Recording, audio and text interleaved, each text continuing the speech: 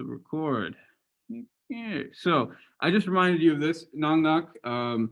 Again, warning, this is a horror movie. If you don't want to do it, we can come up with a different movie for you or sorry, if you don't want to do it on this movie, we can come up with another one. This is still a very good movie, though. I don't want to scare you away from it. It's a little bit scary. It's mostly sad. Has anybody done the extra credit yet? I saw some people had done it. Does anybody have thoughts they want to share about the movie? Was it good? Was it bad? Thumbs up, thumbs down. It's actually got pretty good toward the middle. Okay, so Gregory says it's pretty good. I'll take that. Maybe not 100% fresh, but pretty good. Yeah, you guys had seen the beginning, right? I remember somebody said like the beginning was a little slow, but yeah. Okay, I mean, look, this woman is upside down on the roof of a monastery talking to a monk. How is that not entertaining? That's unbelievable. Not scary at all. Yeah, it's not too scary, but there are some kind of gross parts that might be disturbing. Okay, so this is a little bit of a throwback. 3 vehicles. We've used this to think about Buddhism for a while now, and we will continue to. You might notice I scrolled the map over a little bit more. So now we're shifting. Last time we did a lot about, we could say, China and especially Central Asia, so Tibet and Mongolia and Vajrayana Buddhism, Tantric Buddhism. We also did some Southeast Asia with the Thai movie and Nong Nok and all that sort of stuff. Now we're going really far into East Asia, into Japan more specifically. So we have kind of left Japan out up until this point, and for the rest of the class, we'll talk about them more thoroughly, Japanese Buddhism. As you can see from our chart here, this is Mahayana. This is the greater vehicle. You guys just took an exam where one of the essay questions was about Mahayana.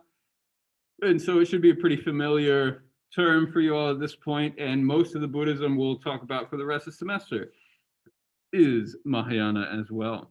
There are a few ways to organize what we're going to do today. And I think this is a good way to start, is to just think about Japan and Japanese history and how Buddhism came there. A lot of my research, a lot of what I think about is more historical, and I don't tend to give you guys a lot of that information, but I think it's important here to just get a sense of kind of the historical context and what's going on in Japan.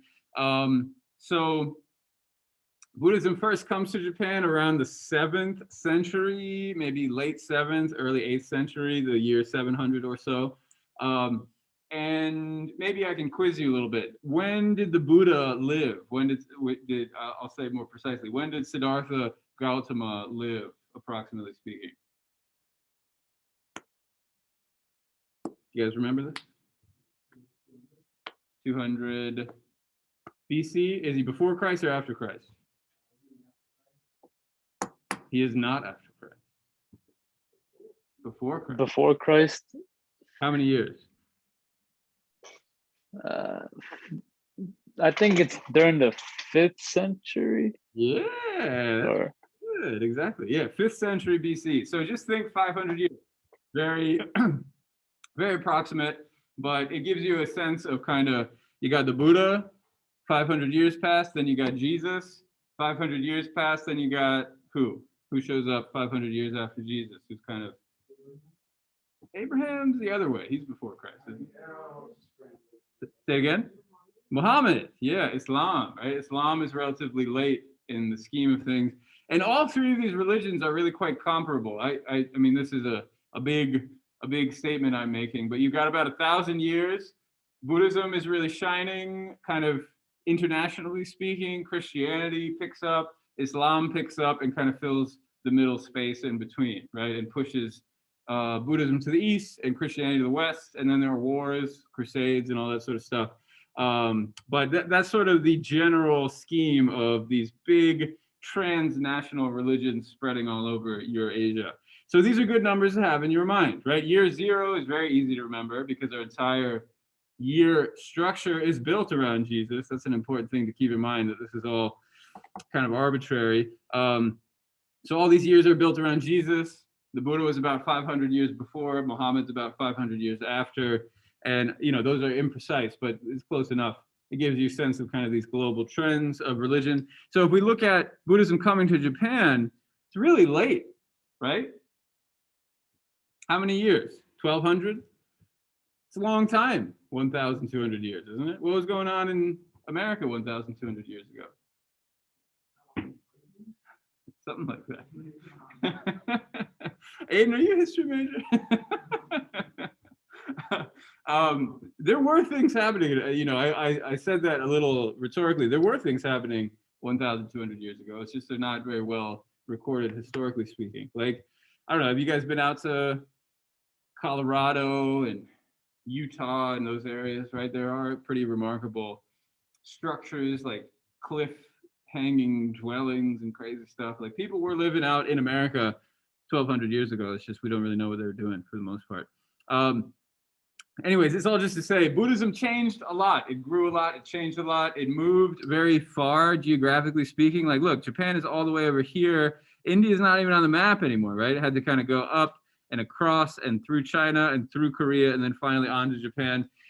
Actually, this geographical context is pretty interesting. In the early days of sailing, this was actually a major problem, getting from China or Korea to Japan. As you can see, Korea is much closer. I don't know if you guys ever stare at maps of East Asia, but I think this highlights it nicely. It's much easier to get from Korea to Japan than from China to Japan. And so even though a lot of conversations about Buddhism say Buddhism came from China and went straight to Japan, that's actually not totally true. A lot of it went through Korea first. And now we don't think of Korea as the center of Buddhism because a lot has changed in the last 1,000 years or so. But back in the day, it really was a major center for Buddhism, an area called Baekje in the southeast part of Korea right here, facing Japan. So most early Japanese Buddhism was coming through Korea and not China. And then eventually this Chinese monk, he eventually went blind. He tried to sail from China to Japan and he failed a bunch of times. So you can imagine, like, they kind of go out into the sea, then a storm comes and then they get washed all the way down here. And they go back and they try again, they get washed all the way down here. And they had all these aborted missions that took like years and years of this man's life just trying to get to Japan to spread Buddhism there. It's kind of an interesting story. His name's Jianzhen, I think Jianzhen. What's his name in Japanese? I forget. Anyway, so bringing Buddhism to Japan at all was kind of an undertaking because there's this ocean in between. Bringing specific scriptures by boat, or sometimes this is recorded, so we have a pretty good sense of how Buddhism came to Japan in a way that's not so clear about China or really any other part of Asia. So studying Japanese Buddhism, there's actually some historical precision that we can't quite get with other places. Initially, it was brought over as part of kind of imperial state religion. And again, in the interest of getting you guys talking, Revolution and Civil War, hey. In the interest of getting you guys talking, oh, was that in response to my 1,200? No, I think Kevin's thinking of 120. No, I was talking 1,200, brother, 1,200. So, but in the interest of getting you guys talking, what do you think an empire would want from Buddhism? What does Buddhism have to offer an empire? This is a very open and interpretive question, and I have my thoughts on it. But what do you guys think? We've learned a lot about Buddhism so far. What do you think would be appealing to an empire? Isn't it just a bunch of like hippies or outside of society? Sophie? It encourages like people doing good things and like good behavior. Like you wouldn't have as many people like work to break the law and like do bad things because that could potentially bring bad karma. So it's like this is a religious system that rewards you being a good person and behavior and if you're with the better time, you also want that. That's great. So if you couldn't hear, Sophie said it encourages good behavior among the masses. And in fact, the word that translates Dharma, right? So the Buddha Dharma, the Buddhist teachings, the word that translates Dharma in Chinese and in Japanese, in classical Chinese characters, is the word for law. And so these ideas are very much intertwined. It's not so clear in Tibet or in Sanskrit necessarily, but in East Asia, this idea of the law and of Buddhism itself are very much intertwined, but I think for reasons you're saying. So again, if you didn't hear, this idea of karma, this idea of getting a better rebirth, people have a reason to be good, right? To be good people in society. And frankly, it's very convincing, right? It's a powerful program. Even more so, we've talked about this before. Karma without multiple lives, it's a little hard to pull off. A lot of you guys talk about karma, and then YOLO, but karma and YOLO don't really mix, right? You need the multiple lives for karma to work. That was your first assignment, if I remember correctly. Let's see, what does Kyle say? The people would give little problems as long as the ruling class doesn't persecute them. Okay, and so yeah, maybe people learn to live with less, right? There's sort of an asceticism that gets promoted with Buddhism. So you just kind of learn to cope and deal with the difficulties of life and maybe not complain about them. I think that if I understand what what Kyle is getting at, that makes sense to me, as long as they're not being persecuted. And sometimes Buddhists did get persecuted. So again, there's a little bit of a parallel to Christianity there, especially in China. There already was Taoism, there already was Confucianism. And so when Buddhism shows up, they're like, this stuff's weird and foreign, let's get rid of it. So there were some moments of persecution, but in the end, it was quite successful, and persists down to the present. Other thoughts? Things that Buddhism could offer to an empire? This is all very good.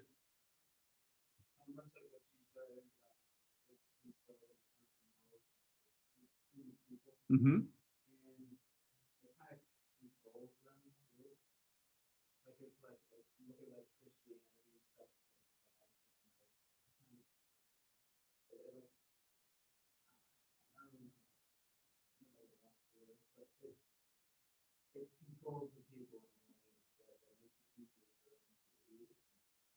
I could almost see you're thinking about, you got state and you got religion and you put them together, and then what do you get? And it does create maybe even like a chain of command, right? A sense of order, of bureaucracy, right? And so if you've got the emperor at the top, and then you've got the monks at the bottom, and the monks have some relationship with the people, then the people listen to the monks listen to the emperor, and everything sort of stays together as a result, right? And yeah, this is how a lot of societies were structured around Buddhism. It's an excellent observation, and part of that, maybe I'll add my 2 cents here. These are all very good observations. Is education? Did I write this here? State rituals, monastic scholarship is what I called it here. Yeah. So schools, right? We're in a school right now. I know we sort of take it for granted that we have schools, but schools are not some natural thing that every society has always had, right? You need to invent schools. And one thing that monks did, in particular, monks and nuns, is offer education, right? Everybody else is farming and taking care of their various duties, buying and selling things and whatever. Maybe you'd have guilds and apprenticeships and that sort of education. But in terms of having like an institution dedicated to scholarship, Buddhism offers that in a way that maybe did not exist, at least in some places. In China, I think there already was sort of Confucian scholarship, but in Japan, not necessarily. Before Buddhism, there wasn't a highly developed scholastic system. Writing itself was not very well developed until Buddhism came along. And that's true not only for Japan, it's also true for Korea, it's also true for Tibet. People might have written in Chinese characters, and they continued to write in Chinese characters afterward, but this idea of developing kind of a vernacular way of writing really comes along with Buddhism. So scholarship itself comes with Buddhism. And so these monks, some of them were scholastic, and we've kind of talked about this before. The other ones would be like the wizards and the adepts and the meditators, right? And so they would offer rituals too. So what kind of rituals could a monk do for an emperor? Maybe there are gods out there who could help the state out, protect us from our enemies, protect us from COVID, protect us from bad things, right? So all of this was offered by these early Buddhists when they first came to Japan. Okay, very good. Some new terms we're going to talk about today is Pure Land. That's one kind of Buddhism. There's Nichiren and then Zen. And hopefully we'll get through all of this today. The Zen is less urgent because we're going to read this whole book.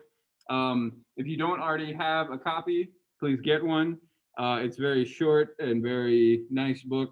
You can probably find it used on the internet for very affordable prices. We're going to read the whole thing, and you're going to write a paper about it. So this is an important piece I've been telling you to get this book for a while now. I don't know if I've remembered to do it last time, but do get the book.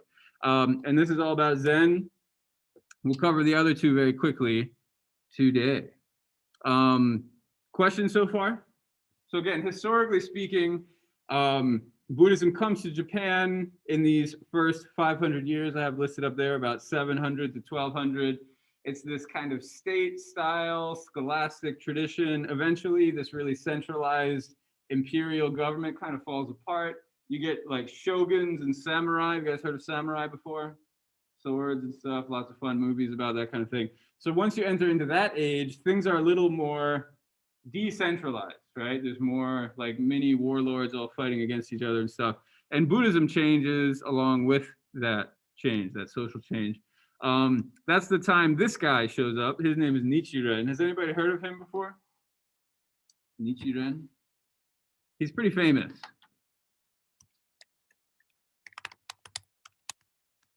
I did not give you anything to read about him. And he kind of, I don't know, his teaching, as we'll see, his teaching is actually very simple.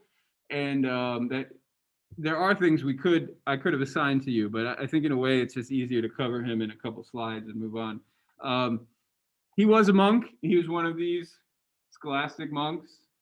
And he eventually kind of developed his own school. And an important part of what he talks about, and this is actually came up in my lecture for today, is this final Dharma age. So if you think about Buddhism, one major teaching that we've covered in and out is impermanence, right?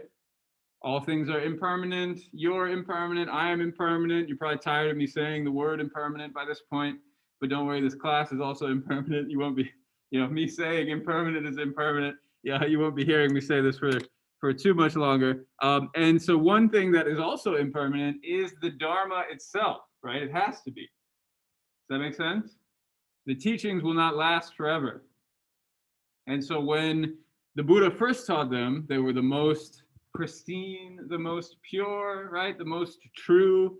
Or at least that's the way it's being presented here. And then as time goes by, they become less pure. They become more degenerate. Do I have the word degenerate here? Yeah.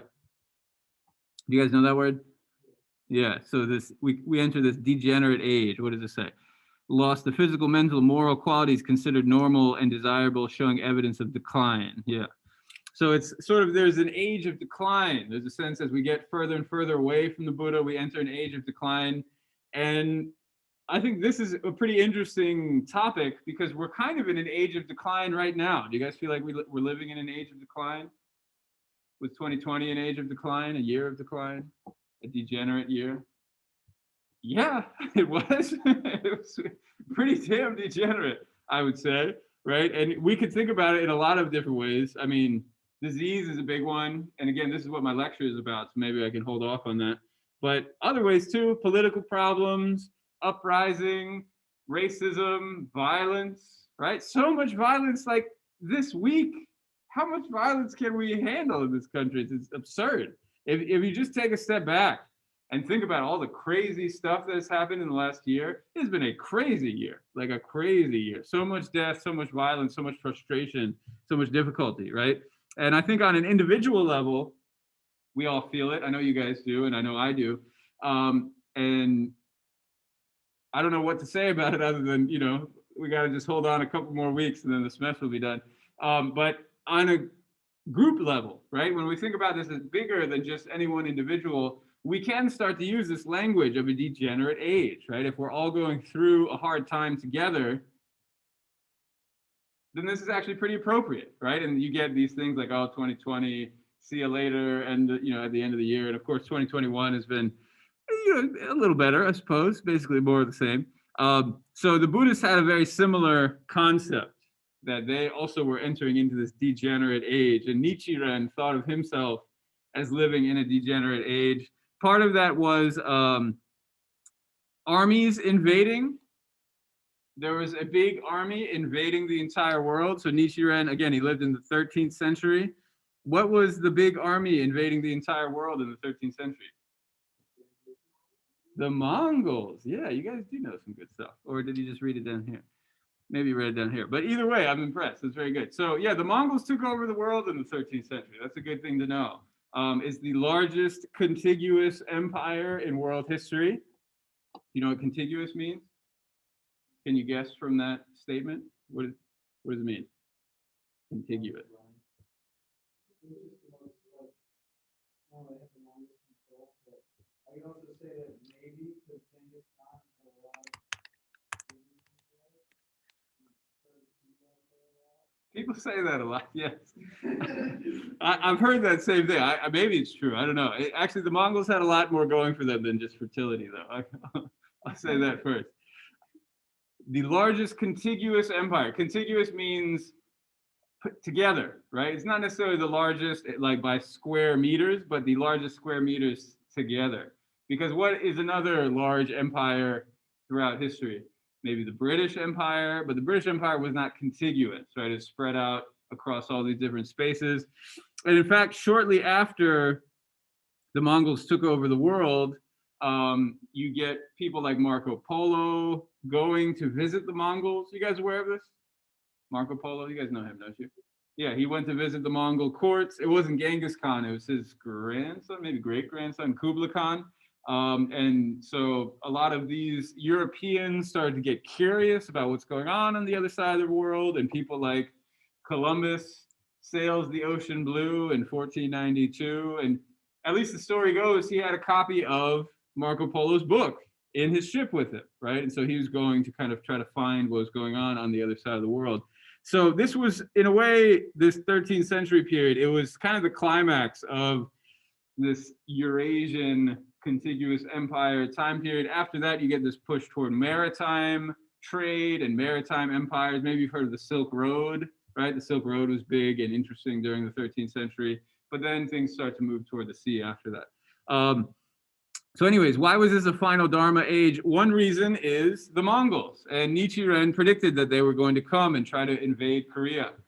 If you've ever, invade Japan from Korea. If you ever saw the Game of Thrones, you got the horse people getting ready to cross the water, right?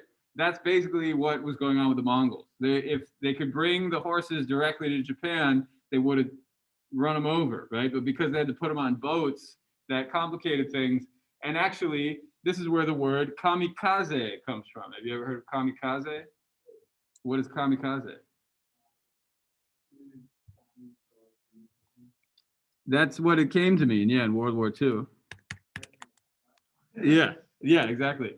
So, please.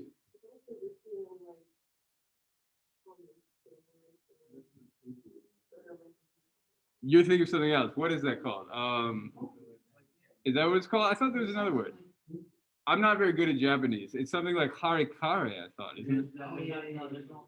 Oh, there's a few names for it? Okay. Yeah, I took 1 year of Japanese when I was an undergrad in it. That's a long time ago. Very interesting, yeah. So there is sort of a tradition of ritual suicide in Japan. I thought it was when you flew your plane into the enemy and you knew you were defeated in World War II. Yeah, exactly. Kamikaze, yeah. So that is what it came to mean, but the root of this word, it literally means divine wind. So I guess, first of all, you guys can probably all read what Carl's saying in the chat, but yeah, it was a suicide bomber attack in World War II. It literally means divine wind. Why was the divine wind important during the time of Nichiren? Is these Mongol ships were coming over, not once, but twice. They're coming over to just invade the hell out of Japan. And then there were these big typhoons, these big storms swept them away, and they weren't able to successfully invade. Again, not once, but twice, right? Japan was not taken over by the Mongols. And so this idea of kamikaze, this divine wind, it has the word kami in it, K-M-I, right? That's a divinity. It's a god, right, from the Shinto religion of Japan.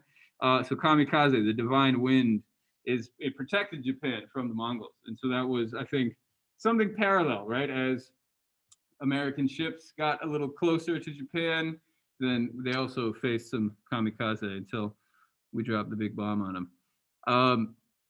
Okay, so that's one thing that's going on during Nichiren's life. And because it's this final Dharma age, he argues we need a simpler teaching, right? Everything's all degenerate. All the teachings are degenerate.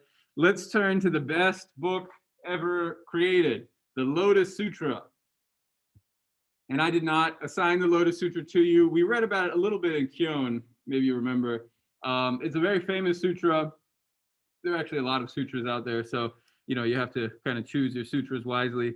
But yeah, the Lotus Sutra, and the full name of it is the Sutra of the Lotus Blossom of the Wonderful Dharma, otherwise in Japanese known as Namu-myoho Renge Kyo, which the only reason I point that out is this becomes the practice for Nichiren's Buddhism, is rather than even reading the Lotus Sutra, it is so blessed, it is so special. If you just recite the name of it, Namu-myoho Renge Kyo, then you will get the blessings of the Lotus Sutra, and it will protect you from all the bad stuff that's happening in this degenerate Dharma age. And again, he's basically saying it's a simplified special teaching for this special time that needs a simpler teaching. People aren't as smart or as capable as they used to be, so we need to kind of make it simpler for people to be able to access it. And one reason I bring this up too is there's a new movement called Soka Gakkai that was built around this practice. I guess first of all, maybe we can ask, has anybody encountered this before? Has anybody like knocked on your door and been like, has told you about the Lotus Sutra or something like this? The only reason I bring it up is Soka Gakkai is a major missionary group. They go around and sort of try to spread Buddhism in a way that really no other Buddhist group does. Tina Turner practiced this. I hear she has a new documentary that's come out. I should watch it just before this information. But she joined up with this group, Soka Gakkai. I had, when I first moved to New York, oh, actually, I opened this window the last time I taught here. It's funny, it's still open. Because I wedged those things in there and they're still there. Yeah, exactly. I wasn't sure it would hold, but clearly it has done pretty well. But yeah, when I moved to New York, I have all these Chinese language books, and I told one of the movers, I didn't know anybody here, and they were helping me move my stuff. And I told him that I study Buddhism, and he's like, "Oh, Namu-myoho Renge Kyo." I was like, "What? Who are you?" And it was just some random dude. He didn't look particularly Buddhist, let's just say that. And but I guess Soka Gakkai had talked to him, and so they got him on board with the Namu-myoho Renge Kyo. So anyways, this is kind of their special way of writing the name of the sutra. And again, it's a very appealing kind of group because it's a very simple practice. All you got to do is recite this name and you're good. You're part of the group, right? There's a lot more we could say about it, but maybe we can sort of cut things off there. So any questions so far? How does that sound? The major takeaway is this idea of a degenerate age, this final Dharma age, and then the simplified practice to go along with it, because we're going to see another version of that in a minute. Okay, so this is something we also kind of glossed over before. I wanted to save it for this time. Maybe you remember, we might have had this slide before, but we didn't talk about it very much. I don't think I put it on the exam, but we have used some of these words. Maybe the word emanation is familiar. Do you guys remember talking about emanation? I think that was on the first exam. And it's because in the life story of the Buddha, we saw some of this kind of stuff. Very simply put, when you get a bunch of Buddhas and you get into these later Mahayana greater vehicle teachings, you get different ways of thinking about the Buddha, right? They don't all exist in one way. One way that the Buddha exists, let's go with the deepest one first. One way that the Buddha exists is reality itself. Maybe you remember we said the Buddha was, when we read his life story, what feels like ages ago, but the Buddha was a prince. Remember that? The Buddha was a human. The Buddha was a bodhisattva. And then we also said the Buddha was, is, and forever will be the cosmos of itself, something like that, the cosmos itself. And so this is expressed in Sanskrit, in Buddhist language, as the reality body. There's a sense like the Buddha is reality. Wisdom, enlightenment, all of that good stuff is reality itself. It's sort of like Buddha nature, right? For us, our fundamental reality is enlightenment. It's just covered by a bunch of crap. There's a similar sense that reality itself is the Buddha. It's kind of crazy what you think about it, actually. And so what would an emanation body be? It would be when the Buddha shows up in a human body. It's not necessarily the same sort of body that we have. I frankly don't know if it would be the same or not. I guess it kind of is, but there's a sense that it is sent from somewhere. It is sent from this enlightened Buddha. And so Siddhartha Gautama, for example, showed up with a human body, but it's not just any old body, right? It's an emanation body. And if you ever heard the Tibetan term tulku before, this is what that is talking about, actually. It's someone who is an emanation of a Buddha or a Bodhisattva. And then finally, this is the one we haven't talked about yet, is the enjoyment body. So what is this? Well, if we look at samsara, right? This is samsara, the cyclic existence. We've looked at this before, right? You can be a god, you can be a human, you can be all the other things. What we haven't looked at is what's going on up here. So here's the Buddha. He's pointing kind of at the moon, but I think he's pointing over here too. If you do good stuff, you go up. If you do bad stuff, you go down. But if you do really special stuff, you can follow this wispy trail and get the hell out of samsara altogether, right? And so you might be thinking, yeah, I'm into that. How do I do that? And so that's what Pure Land is all about. This space over here outside of samsara is called a Pure Land. So why is it called a Pure Land? Is because it is pure of suffering. There is no suffering there. So you might remember the Buddhists kind of reimagined heaven as a place that's impermanent, and there is suffering in heaven. The gods are eventually going to be reborn, and it'll probably be reborn in a bad place. Remember that? But then they reinvented heaven, basically, and called it a Pure Land, right? And they said, this is beyond samsara. And you're not going to be there forever, but the next step after this is enlightenment, right? So you will be there as long as it takes for you to achieve enlightenment, and then you will go off to enlightenment and never have to go back to samsara. So it is basically like a stepping stone to enlightenment. So what is going on there? This is the heavenly body, the enjoyment body of a Buddha.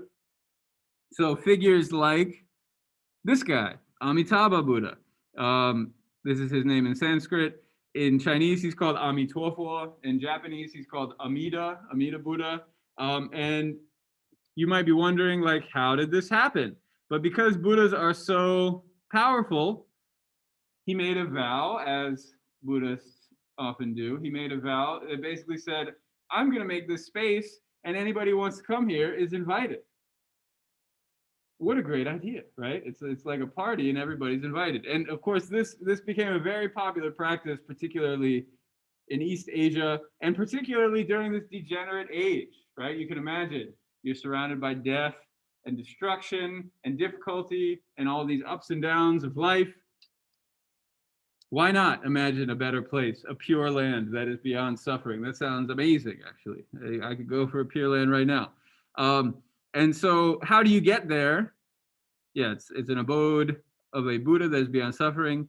How do you get there? Well, you have to make a connection with Amitabha. Let's see, maybe I'll skip the video for now. Actually, no, let's do the video. The video is good. All right, so here, it's a little bit of a goofy video. It's sort of almost like a commercial. And, oops, what did I do?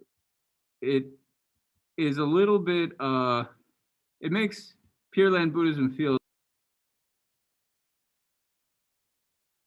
What do you think the opposite of other power would be?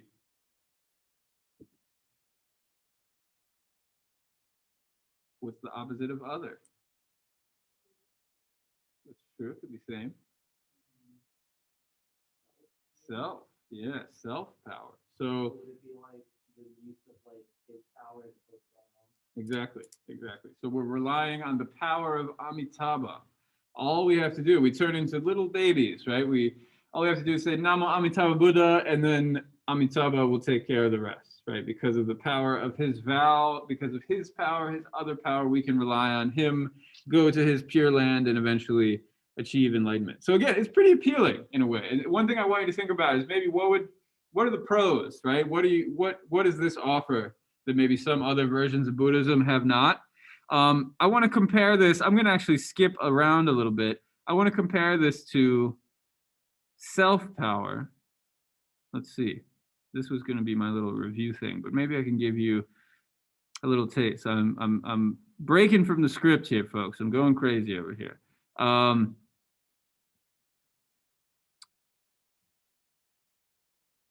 Do I talk about self-power? I thought I did.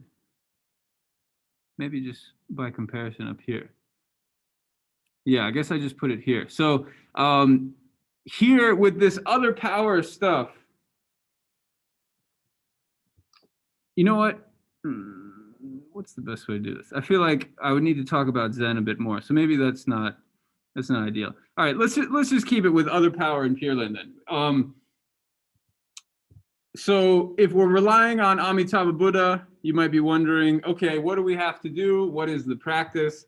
Reciting this name is actually kind of two things. It's recalling and also calling the name of the Buddha. So we're reciting the name out loud. That is one meaning of this term, Nianfo or Nembutsu in Japanese. And if you ever encounter a monk in China, if you ever see a monk, an appropriate greeting is Amitofo. It's become almost just like a way of saying hello. It's become such a popular practice. Another meaning of this, though, is bringing the Buddha to mind. And so it's remembering the Buddha also. And even though those are actually kind of different in terms of how we usually think about those two words, right? One is to speak and one is to think. From another perspective, you can imagine how these actually merge together. Can you say the name of something without thinking of it? You probably can, right? If you're sort of absent-minded, just saying Namo Amitabha Buddha, Namo Amitabha Buddha, whatever. But most of the time,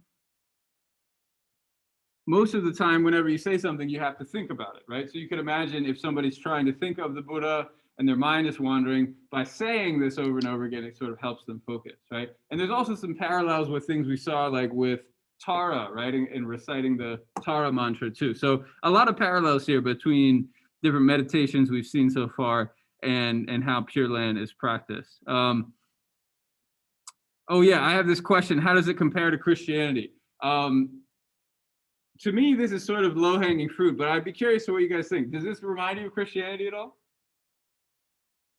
Compared to some other things about Buddhism we've seen? How does this compare to Christianity?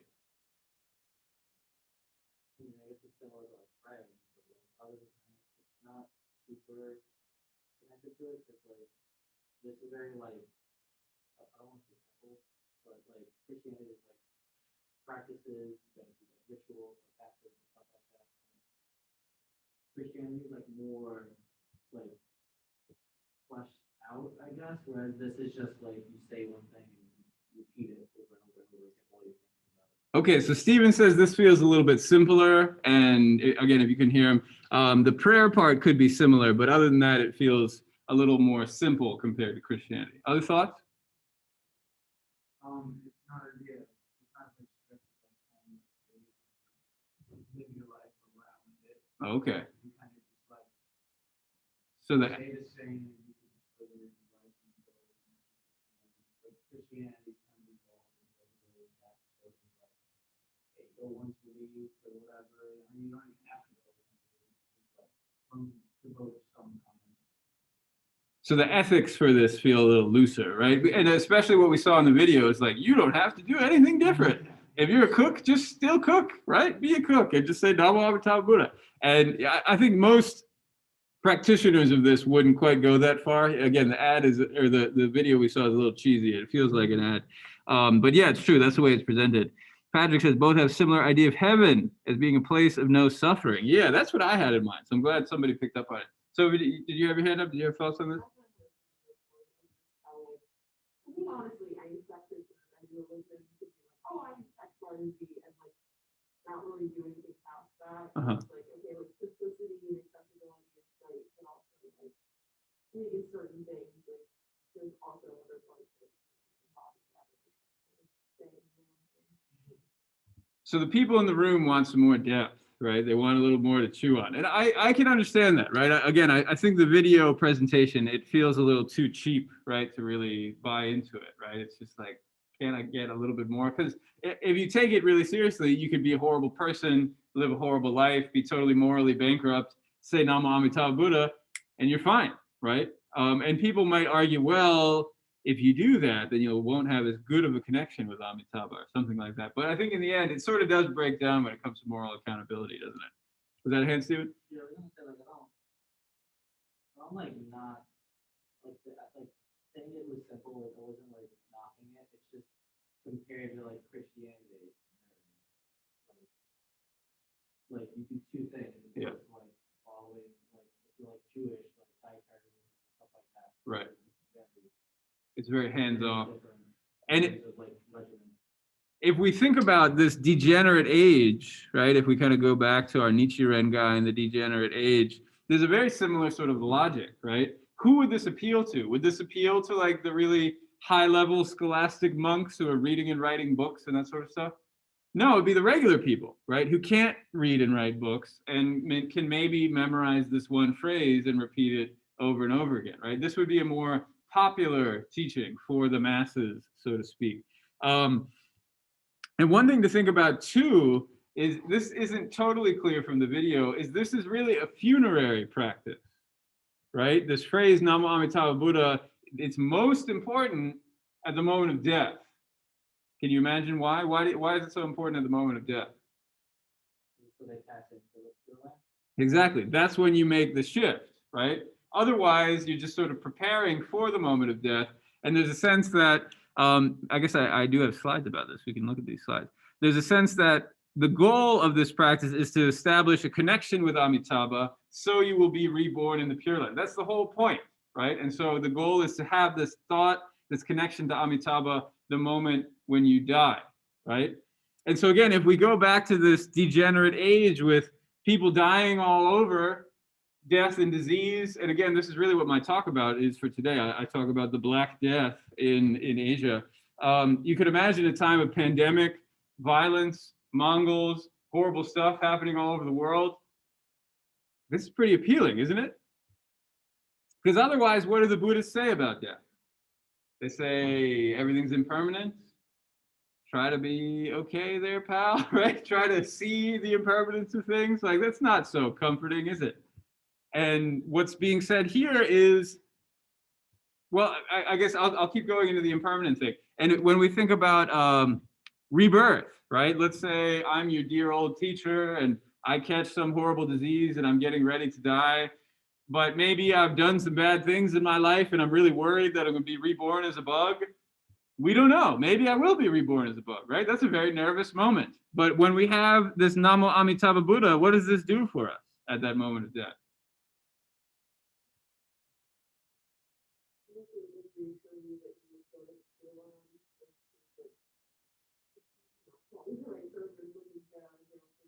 It's totally a get out of jail free card. Yeah, it's maybe I'm trying to be a good person. I just want to make sure people. Yeah, so we still got Patrick on. Maybe I'm trying to be a good person, but death still frightens me, right? I don't know if you guys can relate to this, but I think that's true for a lot of people who are trying to be good people. Death is still pretty frightening. You don't know if you're going to go to heaven, you're going to go to hell. You don't know if you're going to be a bug or if you're going to be a human. You don't know what's going to happen in your next life, right? But with Namo Amitabha Buddha, it brings you some comfort, right? It gives you a sense of security in a way that, again, feels a little bit cheap. But at the same time, maybe you guys have heard the term. Have you guys ever heard this term? Gives us hope after death. Yeah, exactly. Have you guys ever heard this term, opiate? What is it? Opiate of the masses? Well, I guess I'll fill the whole thing in. Religion is the opiate of the masses. Have you guys ever heard this phrase before?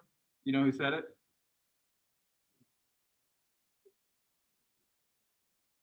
Chat? Who said this quote? It's just like an exam. It's Marx. It's Karl Marx.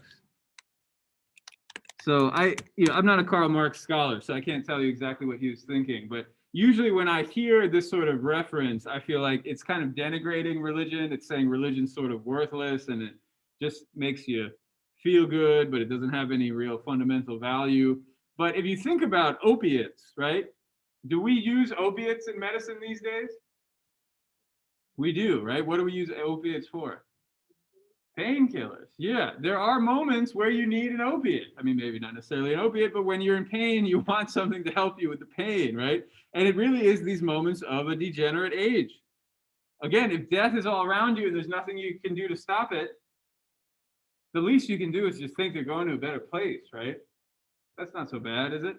And so I can see an appeal of this. And one reason I wanted to make the connection to Christianity is I think this idea of heaven, right? All dogs go to heaven, whatever, they're in a better place. Have you ever heard somebody say that at a funeral? Every time, right? Every time. And so I think there's a very similar logic.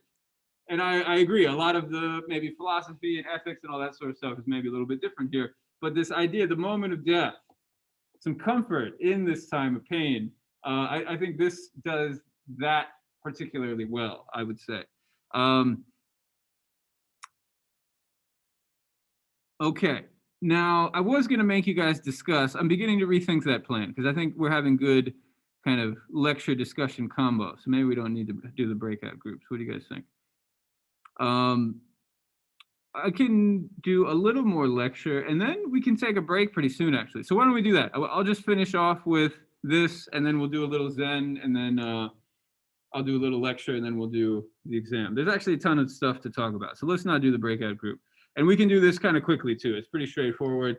There are basically two parts to this reading. The reading's a little long. If you felt like it sort of dragged on, you're not alone. I felt like it dragged on a little bit too.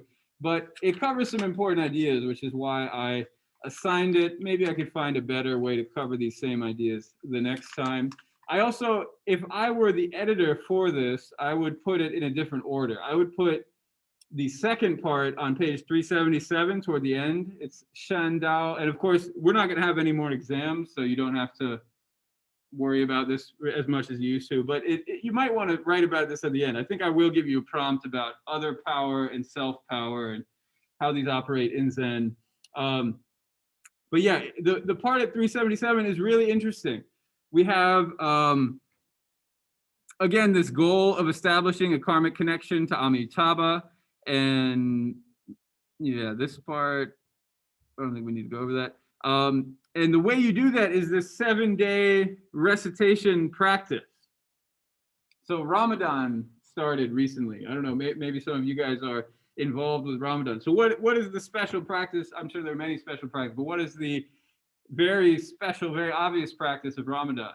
What do people do during Ramadan?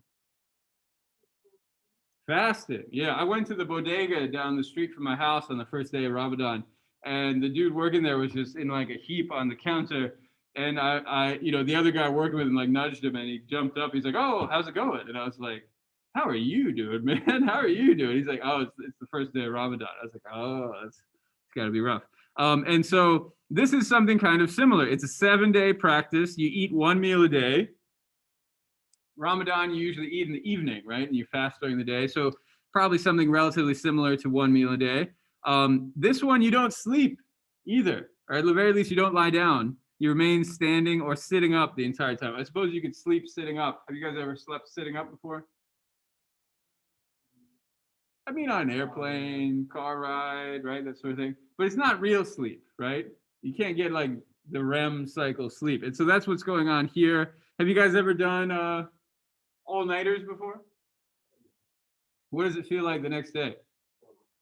Not good. You're kind of spacey. Everything's dizzy. Everything's moving. I don't know. That's been my experience.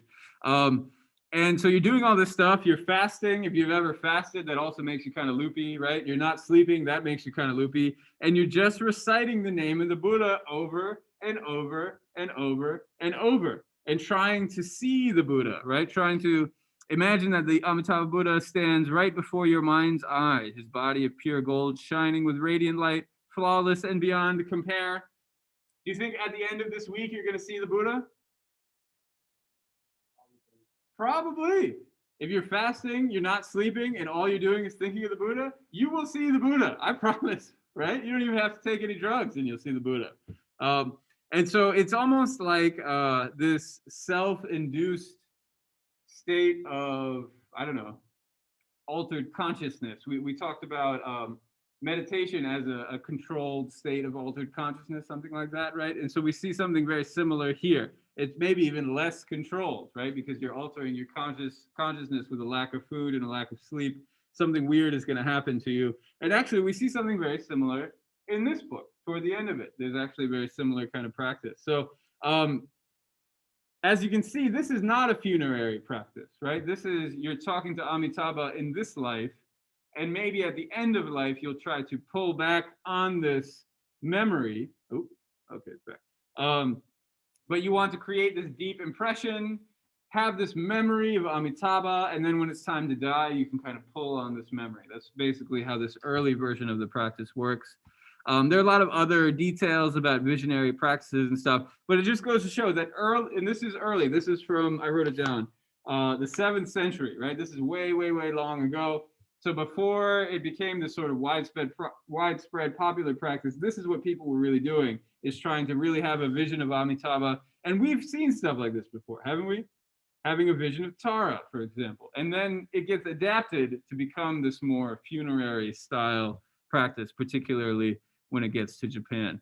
And then this one is the more familiar one we just talked about. If you're like a sinner on the verge of death, you can extinguish the fires of hell and attain rebirth in the Pure Land with 10 moments of mindful recitation of the Buddha's name. It's exactly what we talked about, right? You could be a morally bankrupt person, as long as you say the Buddha's name, have 10 moments of proper recitation, boom, Amitofo 10 times, you're going to the Pure Land. So it's something very comforting, very nice. I think we can skip these details.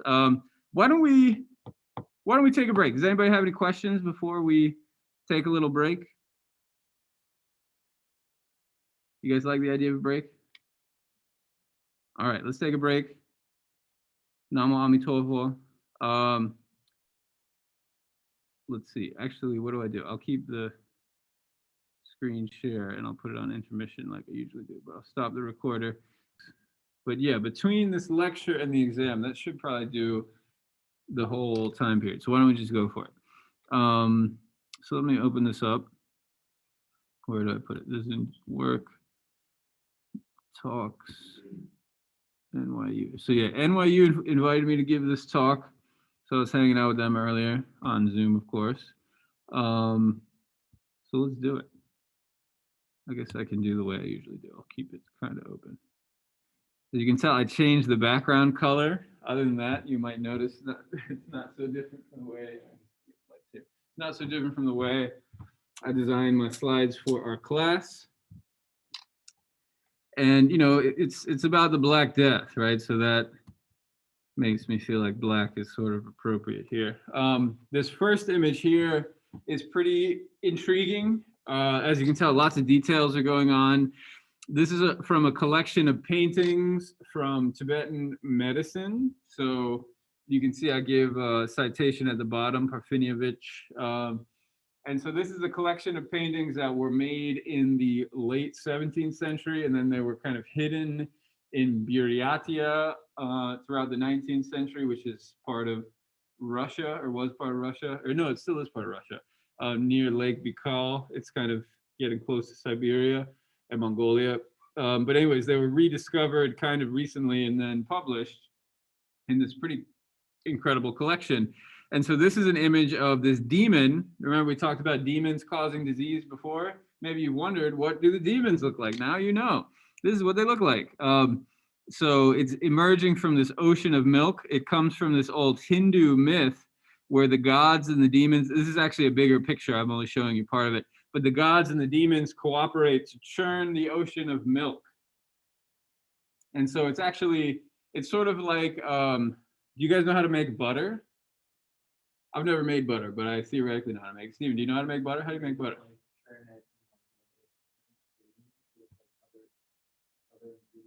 Yeah, so that's the old school method. Steven's going like this. And so, yeah, you got to get your big butter churn thing going. And again, I've never done it before. Now there are machines that'll do it for you, but you need to churn milk in order to turn it into butter. And there's a similar logic happening here. You can probably see at the top here, here's a god, and no, this would be a demon, and the gods are over here. They took a giant snake and they turned a mountain upside down, and they're using the mountain to churn the ocean of milk. And what are they trying to make? Is they're trying to make ambrosia. Have you ever heard of ambrosia before? What is ambrosia?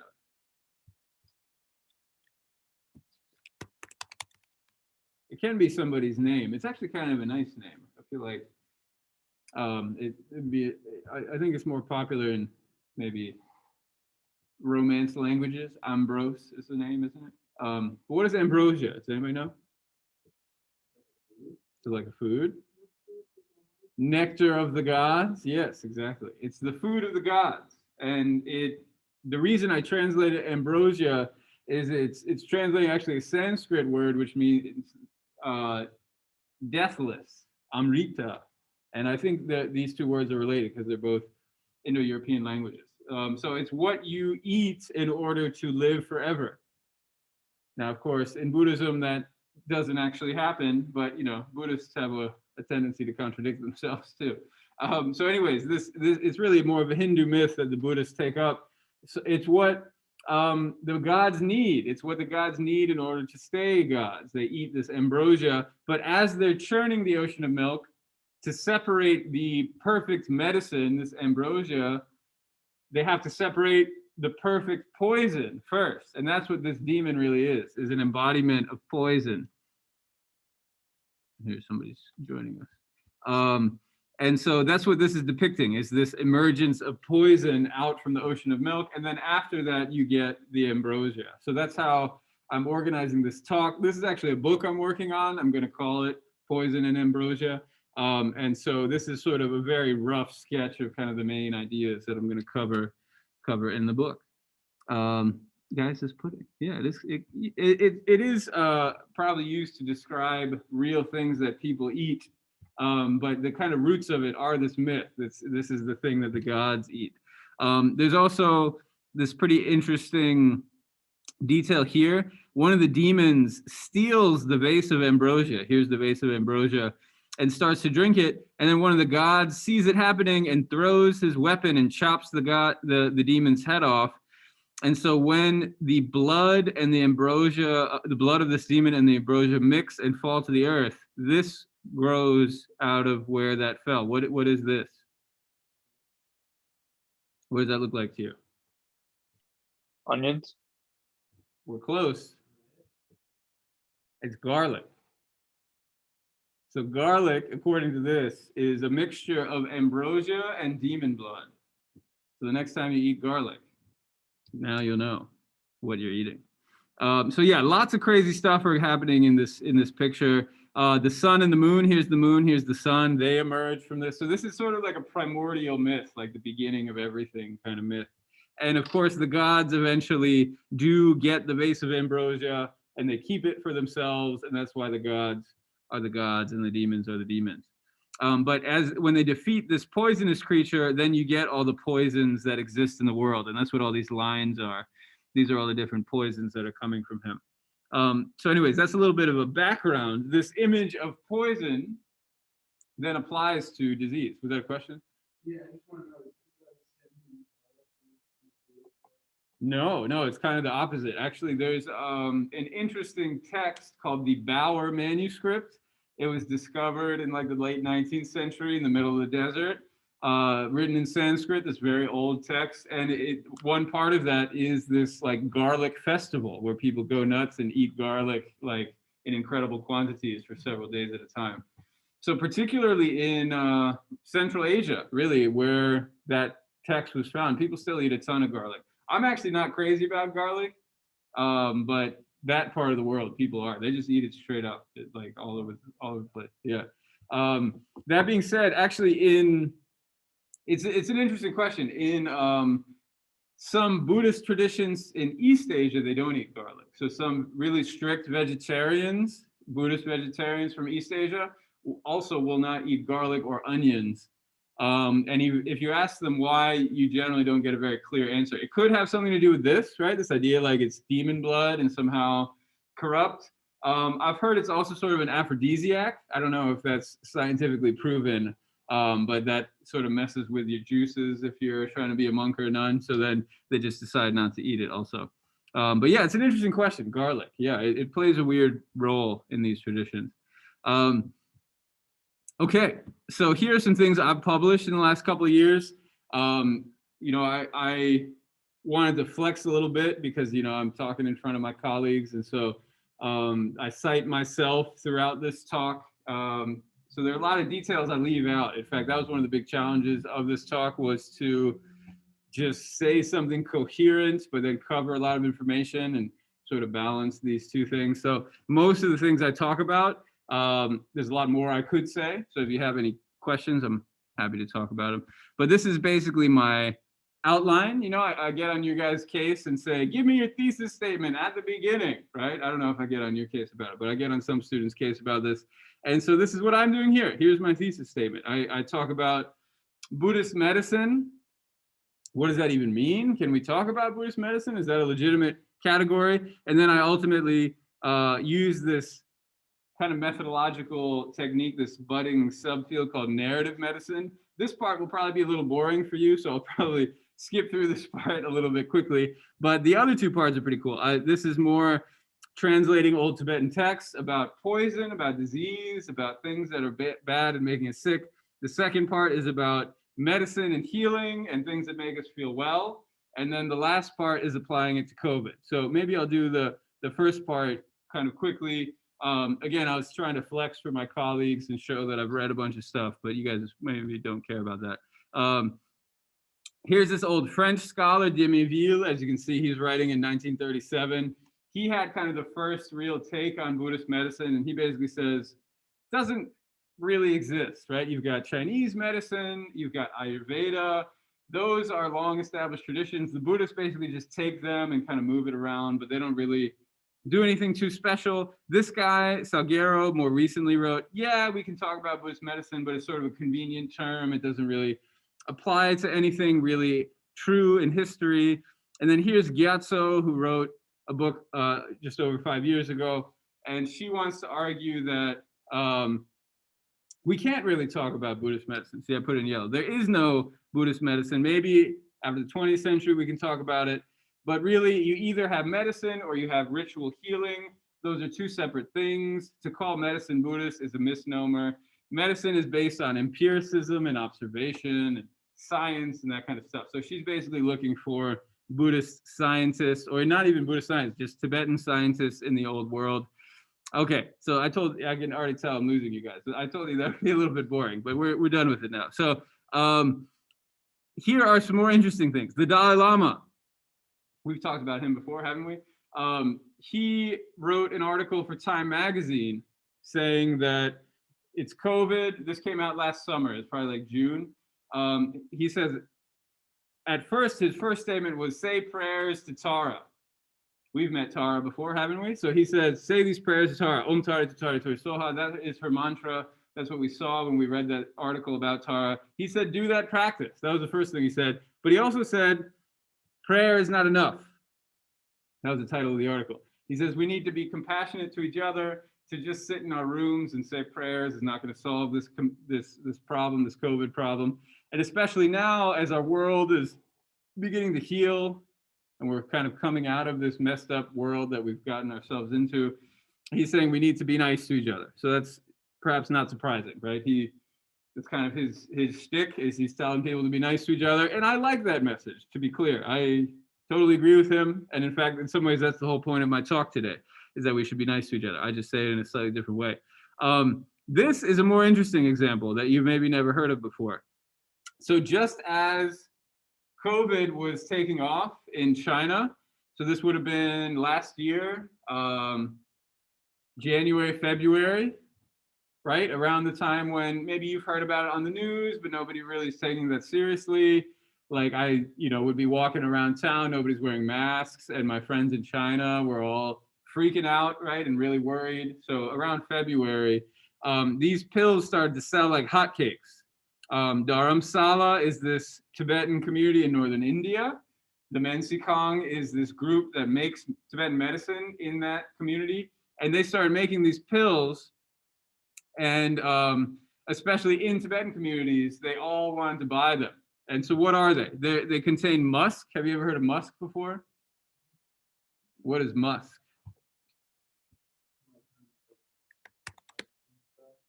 Yeah, so it's used as sort of an odor, but this is actually the root of that word. It comes from a musk deer.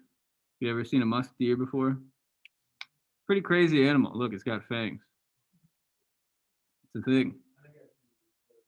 Yeah, so musk comes from the glands of the musk deer. Let's see, maybe there's a picture of one. Well, it's probably going to be dead. That's kind of not nice. But it's this weird ball. Let's just look up musk. Well, we don't want that musk. All right, let's put musk ball. Yeah, this is what I was thinking of, deer musk. So it's this gland that comes from inside the musk deer. So you have to kill it to get the gland, and that is why the animal is endangered now.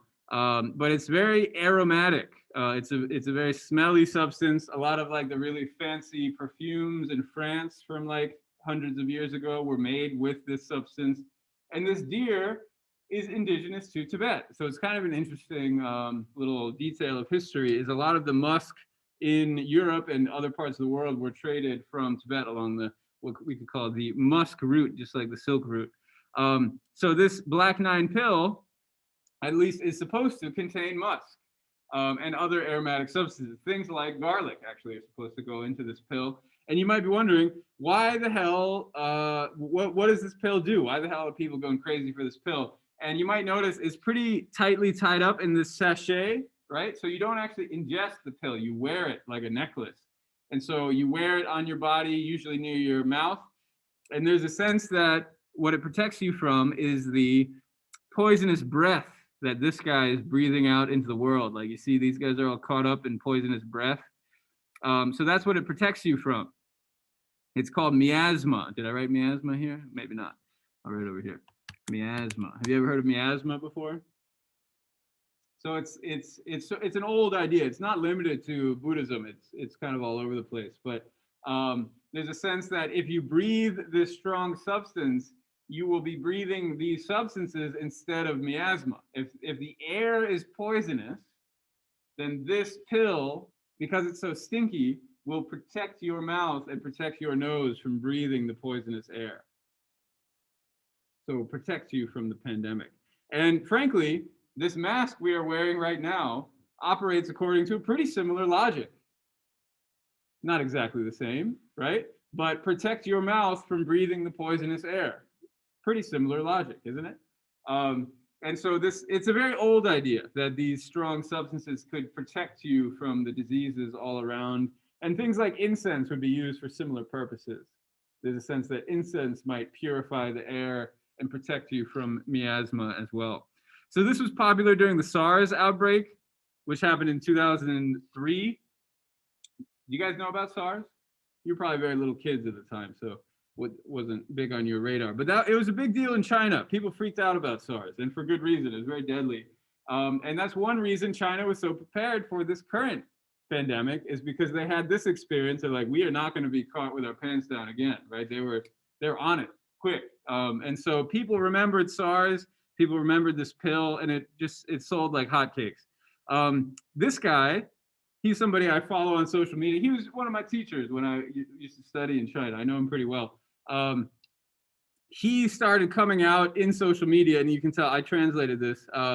He started coming out and saying, you know what, all this stuff is a bunch of baloney, right? He's like, COVID-19, there's no evidence that Chinese medicine, Tibetan medicine, religion, mantras, amulets, any of this stuff, there's no evidence that any of this stuff works. There's a bunch of baloney. Nobody should do it, right? And so what it seems like he's doing is he's saying that ritual healing, traditional medicine, all that stuff is junk. What we need is science, right? We need science. And some of you guys wrote like this in that paper I asked you to write about Buddhist modernism versus Buddhist magic. It's very easy to take that line, right? Science, rationality. Even if you want to be sort of open-minded, that's the world we live in. We want what works, right? And he's saying none of this stuff works. Or that's what he seems to be saying. I actually elaborate on this toward the end. And so one reason I'm highlighting this pill, again, I kind of skipped over this more theoretical stuff, but it's sort of a problem. It's not clearly ritual, and it's not clearly medicine either. It has medicine in it. It has musk and other medicinal substances in it, but you're not eating it like you would a normal pill, right? And so is this a ritual? Is this medicine? It's kind of both, right? And so it's a problem in terms of these categories. So we need maybe a better way of thinking about this. What's a better way? Narrative medicine. And this is my kind of big argument, is that if we think about these Buddhist medical practices through this lens of narrative medicine, we can begin to see these connections between these categories. So this is a field that developed in the 80s and 90s. Actually, Columbia University, just down the road from us, has an entire division of the medical school dedicated to this practice, narrative medicine. This professor here, Rita Charon, she's kind of the leader of this division of the medical school. And her whole thing, or what part of this practice, is that doctors must enter the worlds of their patients in order to be effective doctors. So what is this talking about? There's kind of a gap between the way a doctor looks at a patient and the way a patient feels about themselves. Have you guys ever had this experience before? Where you're talking to a doctor and either you're in pain or you have some issue, but the doctor can't find it, or maybe they say you have something wrong with you and you kind of disagree, or there's some sort of disconnect, right? There's a gap between what they say and what you feel. And sometimes your experience might be more visceral. It's just like, I don't know if I have a contusion or a torn ligament or whatever. My knee hurts, man, just give me some medicine. Or whatever. So this whole field developed to try to bridge that gap, to give more attention to the patients or more tools to the patients to think about their illness as opposed to the diagnosis of the doctor. Foucault, have you ever heard of Foucault before? Foucault, kind of a hard name to spell. Have you heard of Foucault before, Stephen? No, I was gonna ask, did we talk about something like this in 110 with the book you read? We did, yes. Arthur Kleinman. They talk about Arthur Kleinman at the end of it. So you're thinking of the spirit catches you and you fall down. You probably read it too, Sophie, right? Yeah. And toward the end of the book, they talk about Arthur Kleinman, and he is kind of the father, let's say, or one of the founding fathers of narrative medicine. So he was writing more in the 80s, and so then figures like Rita Charon kind of took what he started and then continued it and developed it into a whole division of the Columbia Medical School. So yeah, exactly. That was sort of the beginnings of that process. I'm glad that was a great connection. I'm glad you could make that connection. And so yeah, that book illustrates this gap, right? It's a little bit hard to nail down at first, but if by the end of that book, hopefully you were convinced that there can be at least a gap between the way doctors think about disease and the way patients think about disease. And so what I'm doing in this talk is kind of the same, right? Is to try to enter the world, right? If doctors have to enter the world of their patients, I'm arguing we have to enter the world of our sources. We can't just go in and try to find what really happened, just look for the history and ignore all the extra stuff, right? I'm arguing we have to take these narratives seriously and take the rituals that are related to them seriously. So that's all kind of a prelude. And then here's the sources. So we're back to poison. Maybe you guys remember this guy, Padmasambhava. We've talked about him, haven't we? I think I showed you a slightly different painting of him before, but same guy. He's sort of an early Buddhist wizard type figure. How are we doing on time? Yeah, plenty of time. So early Buddhist wizard type figure. People think of him as active during the Tibetan Empire. We just talked about the end of the Dharma age, this degenerate age. We just talked about that today, right? Just a moment ago. Here's the Chinese characters for it, Mo Fa. And from this perspective, we just talked about it. The Dharma is impermanent, right? Everything becomes more degenerate. And so that is one way of thinking about these degenerate ages. But Padmasambhava takes us in kind of a new direction. This is a tantric direction. And so rather than just saying, well, everything's impermanent, the end of the world kind of sucks, but there's nothing we can do about it, Padmasambhava comes in and he says, yes, there is something you can do about it. And the diseases are reified into the form of demons. Remember the word reify? Turning a disease into a thing so you can deal with it, right? Just like we had a question like that on the exam. So at least one person wrote reify in their response. I was happy to see that. I asked you, what is the logic of the Torma ritual? Remember that? So something similar is happening here. We have this pandemic disease that is reified into the form of a demon. And then Padmasambhava comes along and subdues the demons of Tibet and allows Buddhism to flourish there. That's basically we could say the legend that gets developed about the Tibetan Empire. here is a quote. Again, these are things I've translated, where the text is saying 500 years from now. And again, if Padmasambhava lived during the Tibetan Empire, so that's around the 8th century, 500 years in the future would be the 13th century. So it's a little bit confusing. I'm arguing that this text is composed in the 13th century, but it's projected back into the 8th century, but it's framed as a prediction about the 13th century, right? So kind of a confusing play with time here, but hopefully you can understand what I just described. 500 years, there will be an age of degeneration, right? This demon will awaken from the ocean. It will shoot a poison arrow of miasma. Here's that miasma again. So they're shooting a poison arrow. It's spreading poison all over the world. Pretty disturbing image. Awakening the gods and demons. There'll be war and famine, and especially poison, yin, spirit disease, the Black Triad. Dun, dun, dun, the Black Triad is coming. So what is this disease? What is this talking about in the 13th century? What is this big disease that is wiping people out all over the world? I would argue it is the Black Death. That is what I am arguing, in fact. So this is more kind of scholarly background stuff. You don't have to worry about all of it unless you're interested. But well, you don't have to worry about any of this unless you're interested. But people have thought about what is the origin of the Black Death for a long time. I guess first I should ask you, what is the Black Death? Have you heard of the Black Death before? When and where? What are we talking about here?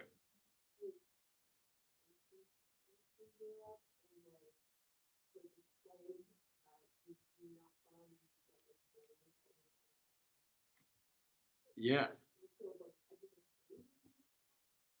Yeah, it's a little hard to figure out. Some people say up to a half. Yeah.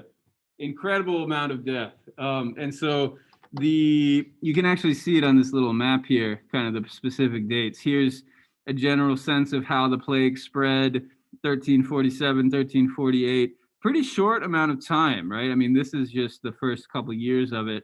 But so the middle of the 14th century, and if you couldn't hear what Sophie was saying, it's this horrible disease. It's the bubonic plague. Bubonic plague. And I think I mentioned when we were doing Buddhist magic that some of the diseases talked about in the Buddhist magic could be this same plague. And again, it's part of this larger research project that I'm doing. So why is it called bubonic? What is a bubo? Have you ever heard of a bubo before? So it's sort of like boils, but it's actually just one big one, which is even more disturbing. I don't know, they're both horrible and disturbing, but they grow at your lymph nodes. So you have lymph nodes at your joints, basically, near your crotch, near your armpit, near your neck. And a bubo is a swollen lymph node. It becomes big, like a big bump. And I mean, I've don't Google it because it's nasty, but I have Googled it, and they're not like huge, right? It's just this bump that develops. And basically what happens is when they first show up, it means you've got like 2 or 3 days to live. Some people survive, most people don't. It's a pretty horrible way to go. It's pretty bad. And it's very, a version of it is very contagious too. It can infect your lymph nodes or it can infect your lungs. And if it infects your lungs, it's like 100% deadly and it's very contagious. So it can spread and take out large portions of the population. The way you get it is from fleas. You guys know about the flea thing? So this is coming from a bacterium that then gets transferred from a rodent of some kind, usually, into a flea. Then the flea goes crazy and bites the human. Then the human gets sick and potentially gets other people sick too. So it really wiped out a lot of European population, had a major impact on European history and cultural, medical, all sorts of different reasons. It sort of marks the end of the medieval period and sort of the beginning of the Renaissance, and people think this is sort of the darkness before the light. So when people tell the history of Europe, this is a very important period, and people often think, where did it come from, right? What are the origins of this? And so this is just kind of an overview of some theories about that. This guy, Demussi, this is actually an interesting story. Gabriel Demussi, he was living in Italy in the 14th century, and he said that Mongols came. We talked about the Mongols already, right? Mongols came and started catapulting dead bodies into this city called Kaffa, and that is how they all got sick. Then this guy wrote an article talking about biological warfare at Kaffa. It's a bunch of that didn't really happen. It's a story that Demussi wrote, but it doesn't mean we have to take it seriously. Since then, historians have kind of revised that theory. It does seem likely that the plague came from the Mongols. It seems unlikely that it came from these catapulting bodies, for no reason other than the bodies wouldn't be contagious themselves. They wouldn't have fleas on them because they're dead, right? Fleas aren't sucking the blood of dead people, and so they wouldn't even be contagious to begin with. You can't spread the plague with dead bodies like that. I think with smallpox you can. I don't know as much about smallpox, but I think for the plague it doesn't even spread that way. So what are the origins of the Black Death? Well, actually scientists have done some work on this and they can actually say quite a bit. You guys probably know about strains of disease, right? We've talked a lot about COVID strains. And so scientists within the last 10 years, this is an article from 2013, looked at 133 different samples of Yersinia pestis. So this is the bacterium that causes the bubonic plague in humans and animals. They took all these samples from across China, compared them, and found basically 4 major strains, and then did some statistical analysis and said these all came from the same trunk, and that trunk split into these 4 branches around the 13th century. How interesting, right? And so what is happening in the 13th century is the Mongols, like we talked about. So these 2 things are happening at once. It seems logical that they would be related to each other. People started to do some work on it. And one thing they found is there's not actually a ton of Chinese language sources on this. Very simply put, is because in the old world, let's put it this way. This line here in China is a very important line. Northwest of this line is too dry and too, arid just means dry. What's another word? So too much of like a desert, like the Gobi Desert is right here. Tibet is largely desert. Xinjiang, the northwestern part of China, is largely desert. Northwest of this line, you can't grow rice. You grow wheat and various other crops, barley. Southeast of this line, you can grow rice. It's a very different sort of climate. And so as you can see, all of the cases are to the northwest of this line. Why is that? Because the marmots are the ones who have this disease. They're the ones who are spreading it to the northwest. So anyways, there's not a ton from this area of China, which during the 13th century would be the Southern Song.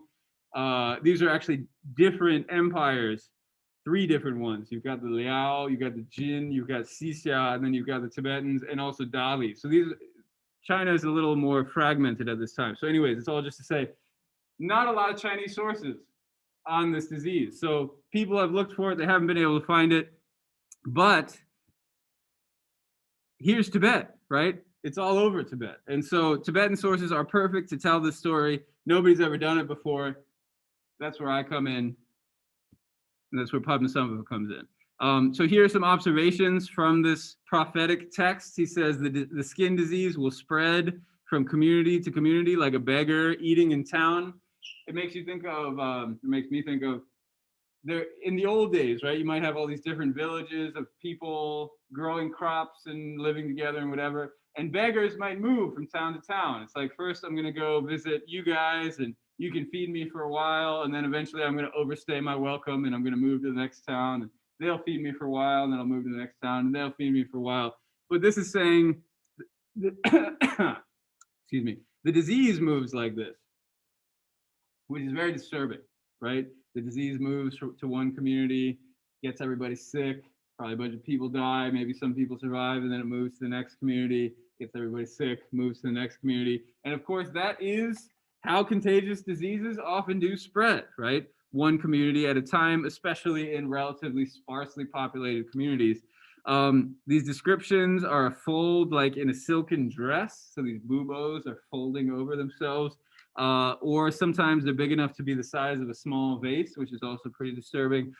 So here even though this feels like a very sort of legendary description of poison and miasma and all this fancy stuff, on the other hand, we also get observations of poison, we could say, right? And both of these are layered on top of each other. And so it's a little bit hard to say which is real and which is not real. But when we enter into this world, I would argue, particularly with these phylogenetic studies in the background, it's hard to refute something is happening here, right? Something disturbing is happening here. And I'll give you more evidence for that too. Here's the text that I'm translating for you. This is Tibetan language. It's a handwritten manuscript. This is kind of a cool seal. This says Hlarje, which means physician. It literally means Lord of the gods, which I think is also sort of significant, showing that physicians were expected to have this power over the gods. All right, ambrosia. Questions so far? I know I'm just lecturing, but I warned you that this is what I was going to do.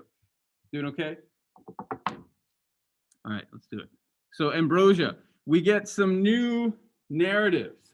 Here is, again, Padmasambhava. He's talking to his Tibetan wife, Jomo Karchenza, and he says, Jomo Karchenza. He basically explains, why do we have this disease? He also says 3 of every 4 people in the world will die. Turkic armies will come. They'll destroy the assembly of the teachings. This is how the age of degeneration will come to pass. So to sort of put that in more understandable terms, he's observing that 3 out of 4 people will die. Now, of course, this is not like a census population survey, right? I wouldn't call this like a hard data in any sense of that word. It's an assumption. That's not the right word. What to say? It's based on very limited sample sizes that about 3 out of 4 people die. And like I said, some forms of this disease are about 100% lethal. Other forms are probably closer to maybe 60% or so of people die. And so 3 out of 4 sounds about right, when you have combinations of these different forms of disease. Turkic armies were moving around at this time. Karluk is one Turkic group. They use sort of an interesting term here to talk about the Turks. I won't bore you with the details, but it's what's also interesting is they're not talking about Mongols. They're talking about a different group. And there were more than just Mongols in Central Asia. I know I simplified it a little while ago, but there were Turkish communities. There's another group called the Tunguts, the Minyak. So there are a lot of different groups who were moving around and potentially trying to destroy Buddhism. And Karluks, I think, particularly were kind of enemies of the Tibetans on the Western front. There's this agricultural metaphor where you have a trunk of ignorance that then has the leaves of the 5 poisons, the harvest of the 10 sins, and then the fruit of disease. So it's again, it's almost like, rather than a root, I don't know why they say trunk instead of a root, but it's saying that if we are ignorant of the way that the world exists, then we will commit negative actions, we will have sins, and then we will have disease, right? So there's an ethical argument being made here, an ethical narrative.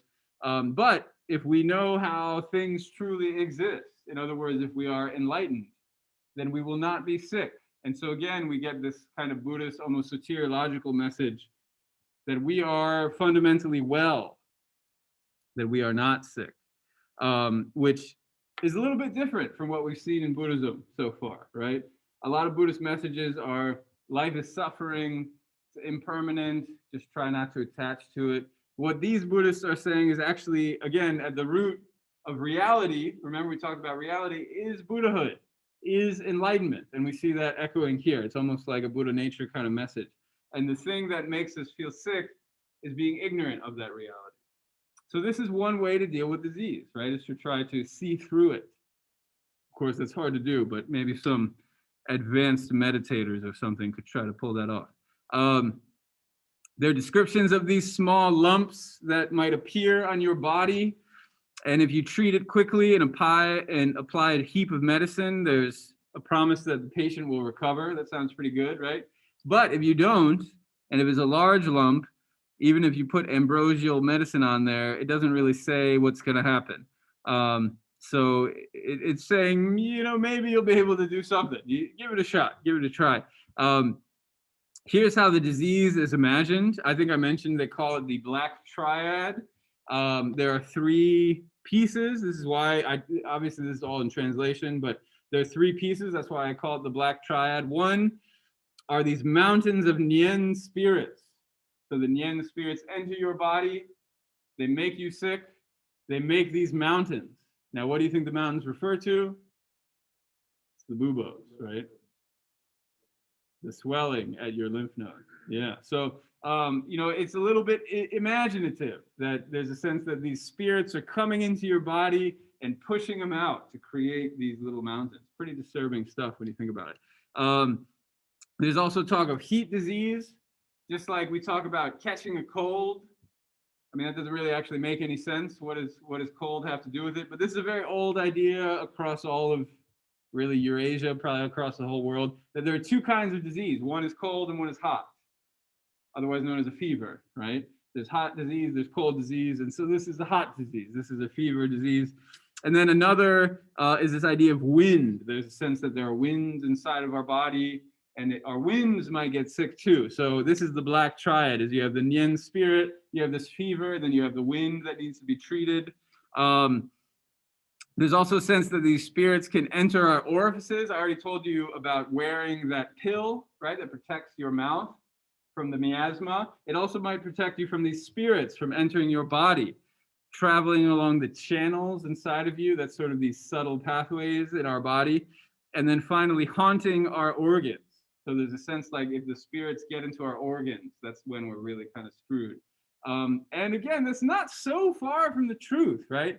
There is the bubonic plague, which is your lymph nodes, but there's the pneumonic plague, which is talking about your lungs. If this bacteria infects your lungs, there's something actually pretty similar happening there. They also talk about different elements. We don't have to worry about that. And then finally, we're going to come back to COVID in a moment, because you can see this picture now. There's this way of thinking through military metaphors too, that the body is a battleground. And again, there's a lot of parallels in what we might call modern day science, in the sense that we need to protect our bodies from these outside assailants, and that is what is operating here too. There's even language of scouts, right? So maybe you've heard of scouts from military exercises where they kind of go behind enemy lines, right? Check things out, maybe come back. And so if I understand this correctly, I'm not 100% sure of this, but there's a sense that these scouts are some kind of purgative that you ingest. It goes into your guts or into your body and forces all of these bad things to come out, if that makes any sense. So that's my understanding of the scout. There's not much more than what I'm showing you here, so it's a little hard to say for sure. This one I'm more confident about are champions. And so this is referring to like really strong members of the military. Again, it's a metaphor, but imagine someone like Achilles or something. You guys know who Achilles is? He was this very strong member of the Greeks when they're fighting against the Trojans, right? And so nobody could beat him. And sometimes they fight one-on-one, right? Achilles fought against Hector. So those were the 2 strongest figures of the army. Here we get that same sort of image. What do the champions do? Is they protect our orifices, right? If the demons are trying to get in and cause us disease, put your champions at your orifices and they'll protect them. So your secret gateway, I'll let you use your imagination, but you can probably guess what that one is. So you put an ointment there. The aromatic champion should hang around the neck. Here it is, right? The aromatic champion. We're coming full circle now. So we wear this aromatic, this smelly, fragrant champion to protect our nose and mouth. This one's interesting. The spell champion, I assume this is protecting your ears, right? Because you're filling your ears with good sound, so the demons can't get in that way. And then the amulet champion should be worn on the body. I'm not so sure about that. Maybe that's just like a catch-all. You just wear it to sort of protect your body. And this is something people still do. They'll draw sort of protective spells on a piece of paper in a circle, fold up the piece of paper, wear it on their body, protect themselves from disease. And so if you do all of this, it promises that you'll be free from fear of disease. Isn't that nice? Are you guys free from fear of disease? I see, 2 years ago, if I gave this lecture, this would be a little less meaningful. But you all know what that means, this fear of disease, right? We are all living with this fear of disease. So even if these champions sound like crazy talk and don't make any sense, if they free me from fear of disease, sign me up. Like, that sounds amazing. And of course, our champion now is what? The vaccine, right? Now, that could be a bunch of hogwash. Who knows? Maybe they just shot me up with a placebo effect. I have no idea. But I'm walking around like I own the place now. I'm free from fear of disease because I got my second vaccine, right? So again, this is a very meaningful concept to me, at least, and I imagine for you guys too. Maybe a lot of you are still looking forward to it. That is a real switch, right? When you have this champion protecting you. So, all right, now let's turn to COVID. Here's this sort of hilarious. This is like a very important doctor in Tibetan history. Somebody made him wear a mask.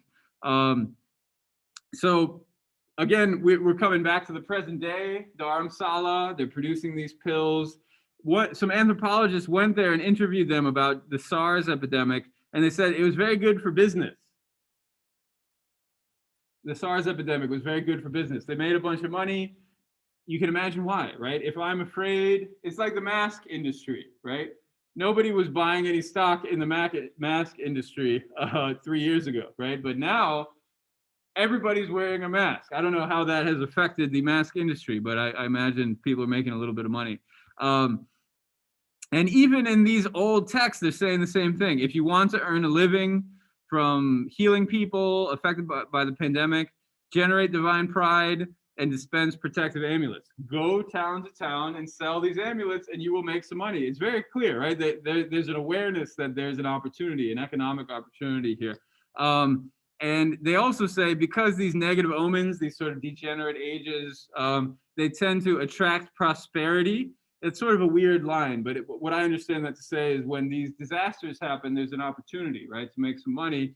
You need to be careful with whom you share these instructions. Don't just trade them kind of willy-nilly. You got to save them, because if everybody knows how to do this, then we're not going to make any money, right? So there's a sense of you got to protect your intellectual property here, just like Pfizer. Fire drill? I have no idea. Interesting.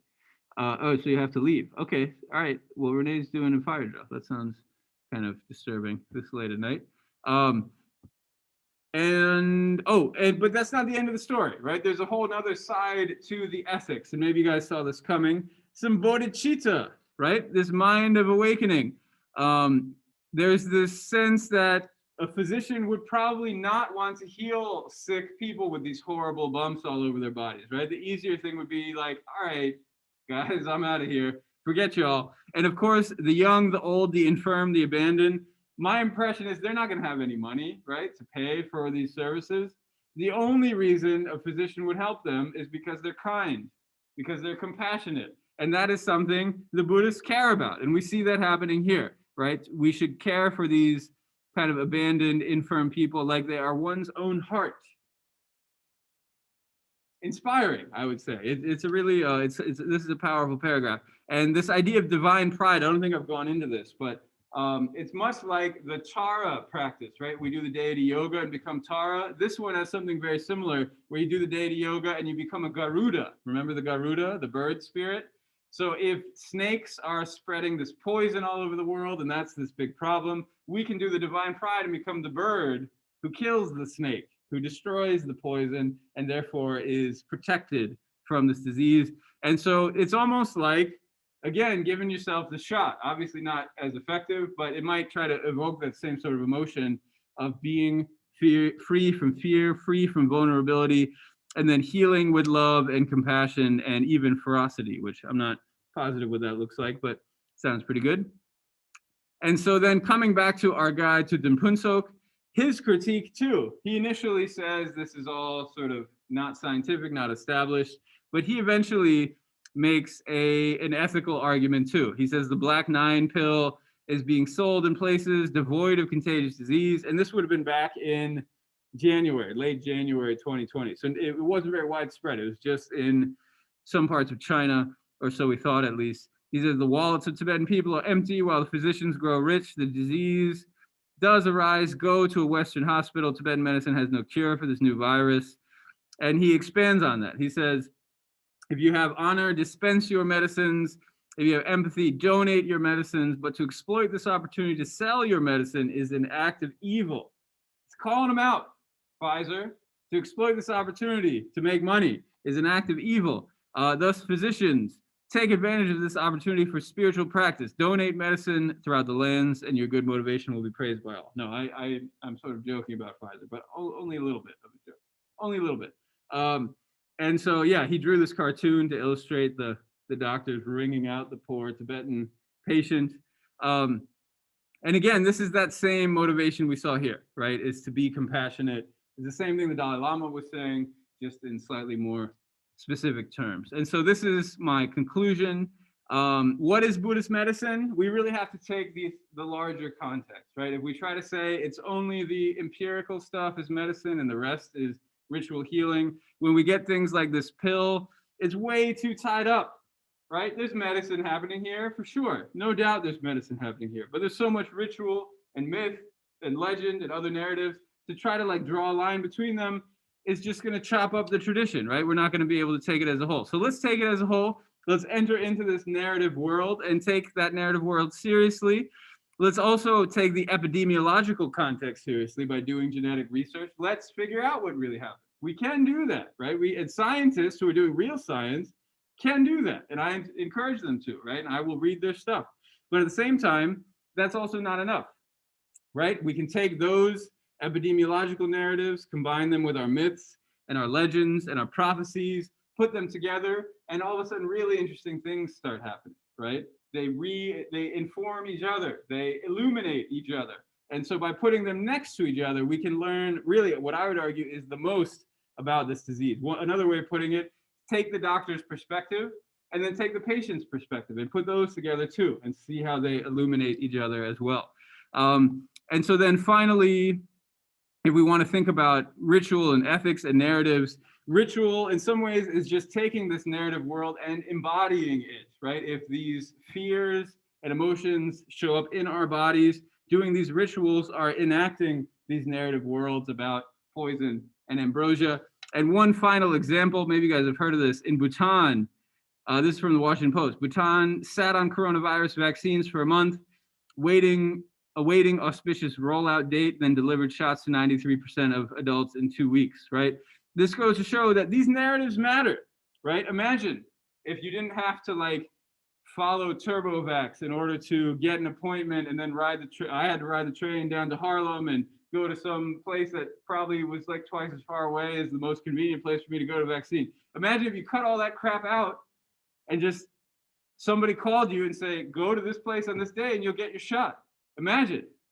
That doesn't have to be like a crazy dream, right? It is possible to do this well, and places like Bhutan are doing it. The small Buddhist kingdom, this is an image of the king, right? This is not like a super technologically advanced place. They vaccinated the entire population in 2 weeks because they just had their act together. That's really all it takes, right? This is not like magic science or something like that. This is just organization, right? And a lot of that comes down to narrative. It comes down to the sort of stories that we tell. And so this is a fascinating example of Buddhist medicine being effective, right? To use sort of more familiar terminology. And so it makes us think, it makes me think, these narratives are important for doing medicine well, any kind of medicine. It doesn't have to be Buddhist medicine, but once we get these narratives better, once we understand these narratives better, right? What sort of implicit narratives are operating within our medical systems, we will be able to do, well, first history better, we will be able to do medicine better, and we'll be able to understand our own experiences of disease and medicine better too. So that's all I got for you. Thank you for your attention. Hooray, hooray. All right.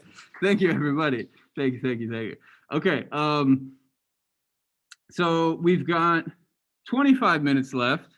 I want to save at least some time for the exam. Do you guys have questions for me? Were there interesting things you want to talk more about? Patrick liked it. Thank you, Patrick. I appreciate it. Yeah, so this is, I gave it a little bit truncated. I went through it a little bit quickly, but that was mostly what I talked about earlier today too. So hopefully you found it interesting. This is the research I'm doing now. Like I said, I'm going to turn this into a book at some point. Probably take me a few years. Anything you'd like to hear more about? Anything you have questions about? Concerns? When you talk about the stars that are better, you said it was interesting, but what kind of like things looks like it you could So this is, yeah, incense was used widely at this time. We believe that incense can clean the air, and this helps prevent the spread of diseases. We also use amulet medicine wrapped around the neck called mennak nakbogun. This should be jur. They wrote chu, but I won't judge them. Do you guys know what Sikh means? Have you ever seen this before? SIC. It's almost like a way of throwing shade when you quote somebody, because it's saying here is a mistake, but it's not my mistake. It's the original author's mistake. I think it's a Latin word that means, what does it mean? Here or something like that? It means like, you might be thinking of the religion, but this is, yeah, using brackets after a copy or quoted word that appears odd or erroneous to show that the word is quoted exactly as it stands in the original, and blah blah. So what is the Latin word for this? Does it say? No. So yeah, there it is. So or thus. That's right. So it means thus. So anyways, this is what they wrote in their article. They made a mistake, and I'm throwing shade at them. During the SARS, everyone used the incense Senden Marple, and even more than the medicine, Drangjur and the amulets is very good for business. So this Senden Marple is sandalwood, is a red sandalwood. So it's basically the same logic, right? It's anything that purifies the air, creates sort of a clean space. And in fact, there is a very common ritual in Tibetan communities using juniper. Have you ever smelled juniper before? It's nice. It's basically like a pine tree. And so it burns with this very thick white smoke. It's really, I mean, we can look it up, but not right now. And it just makes me think of Tibet. There are a few things that feel just like really Tibetan, and this is one of them, is burning these juniper incense, particularly on holidays and in the mornings at monasteries and stuff. So it's a very common practice, and I don't mean to say it's all just for disease, but when we introduce this idea like disease was a problem, it becomes sort of interesting that these incense practices are so widespread, right? It maybe more generally speaking, it's just the sense of purity, right? We can purify ourselves and our rooms. Burning sage, maybe you've heard of burning sage, right? To purify a place. So I think it's all kind of a similar concept, but here they're explicitly saying there's a healing aspect to it too. Or maybe a better word would be prophylactic, right? It's protective from potential threats. Does that answer your question? Yes, thank you. Chat, do you guys have questions?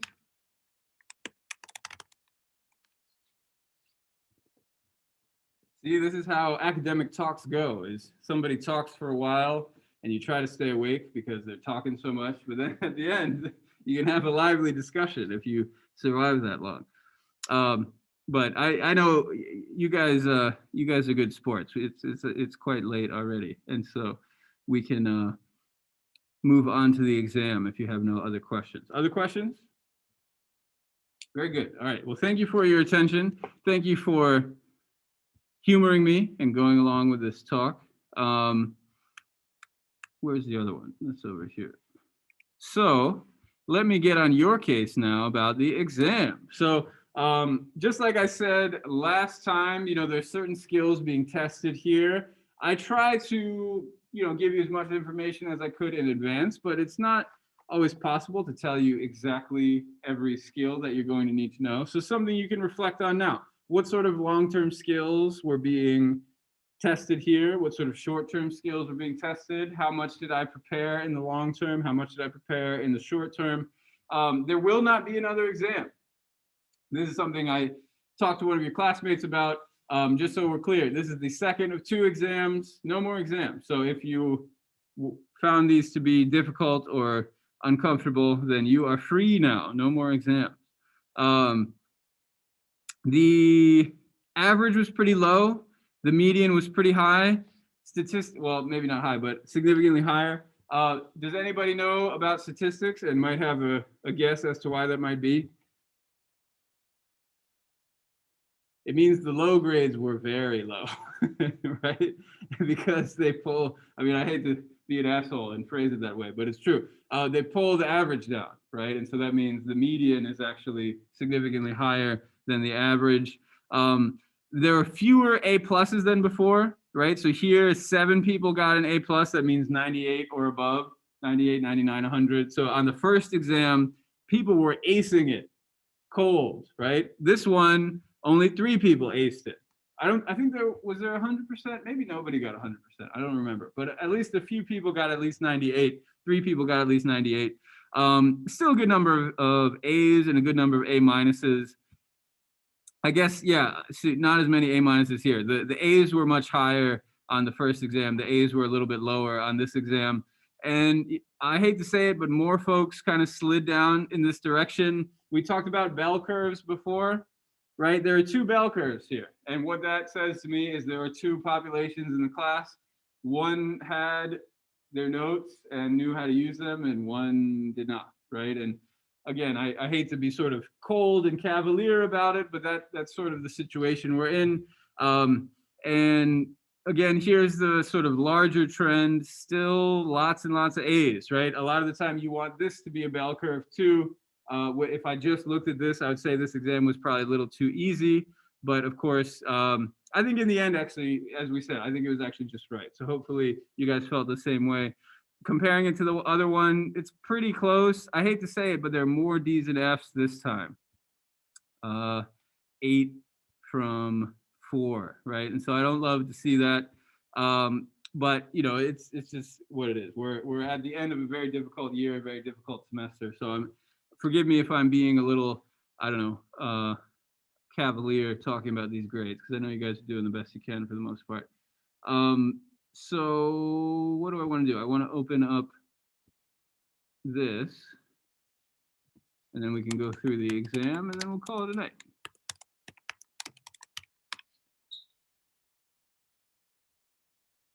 One second.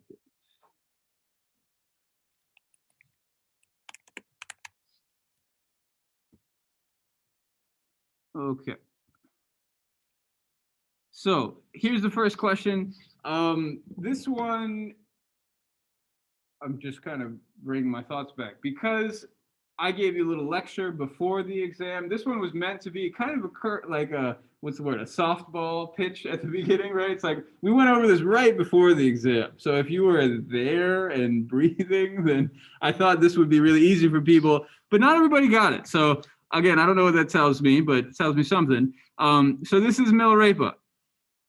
He's talking about all the bad things he did in the past. Some people said his evil karma were the bad things he did in the past. And I thought to myself, that's a very nice rephrasing of the question. Good try. But of course, it's talking about him murdering his cousins, right? He murdered people. So he used black magic, he murdered people, hailstorms. You could phrase it any way, but you had to talk about the murder. How did he overcome and purify evil karma? Building the castles, right? Building the towers for Marpa. A lot of people talked about that. You could have talked about Guru Yoga, pure perception. Any of that would be fine.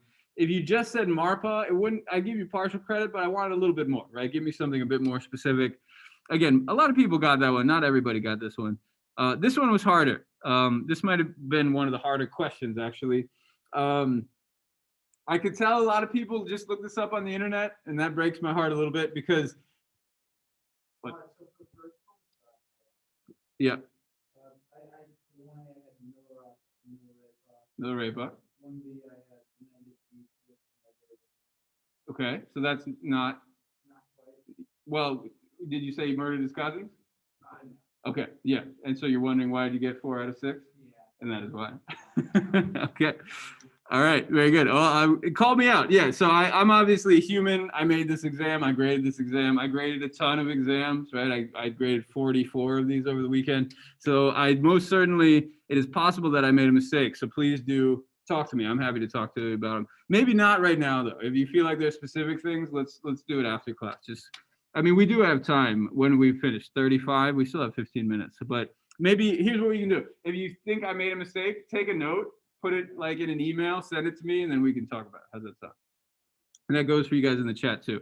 And we can also set up an appointment. I'm happy to talk on Zoom as well. So again, this one was harder. The way I knew people looked it up on the internet is they added extra Sanskrit to the title, right? So I mean, the answer to this is in the, I don't know if it's worth opening this, but I'm already starting to do it, so I will.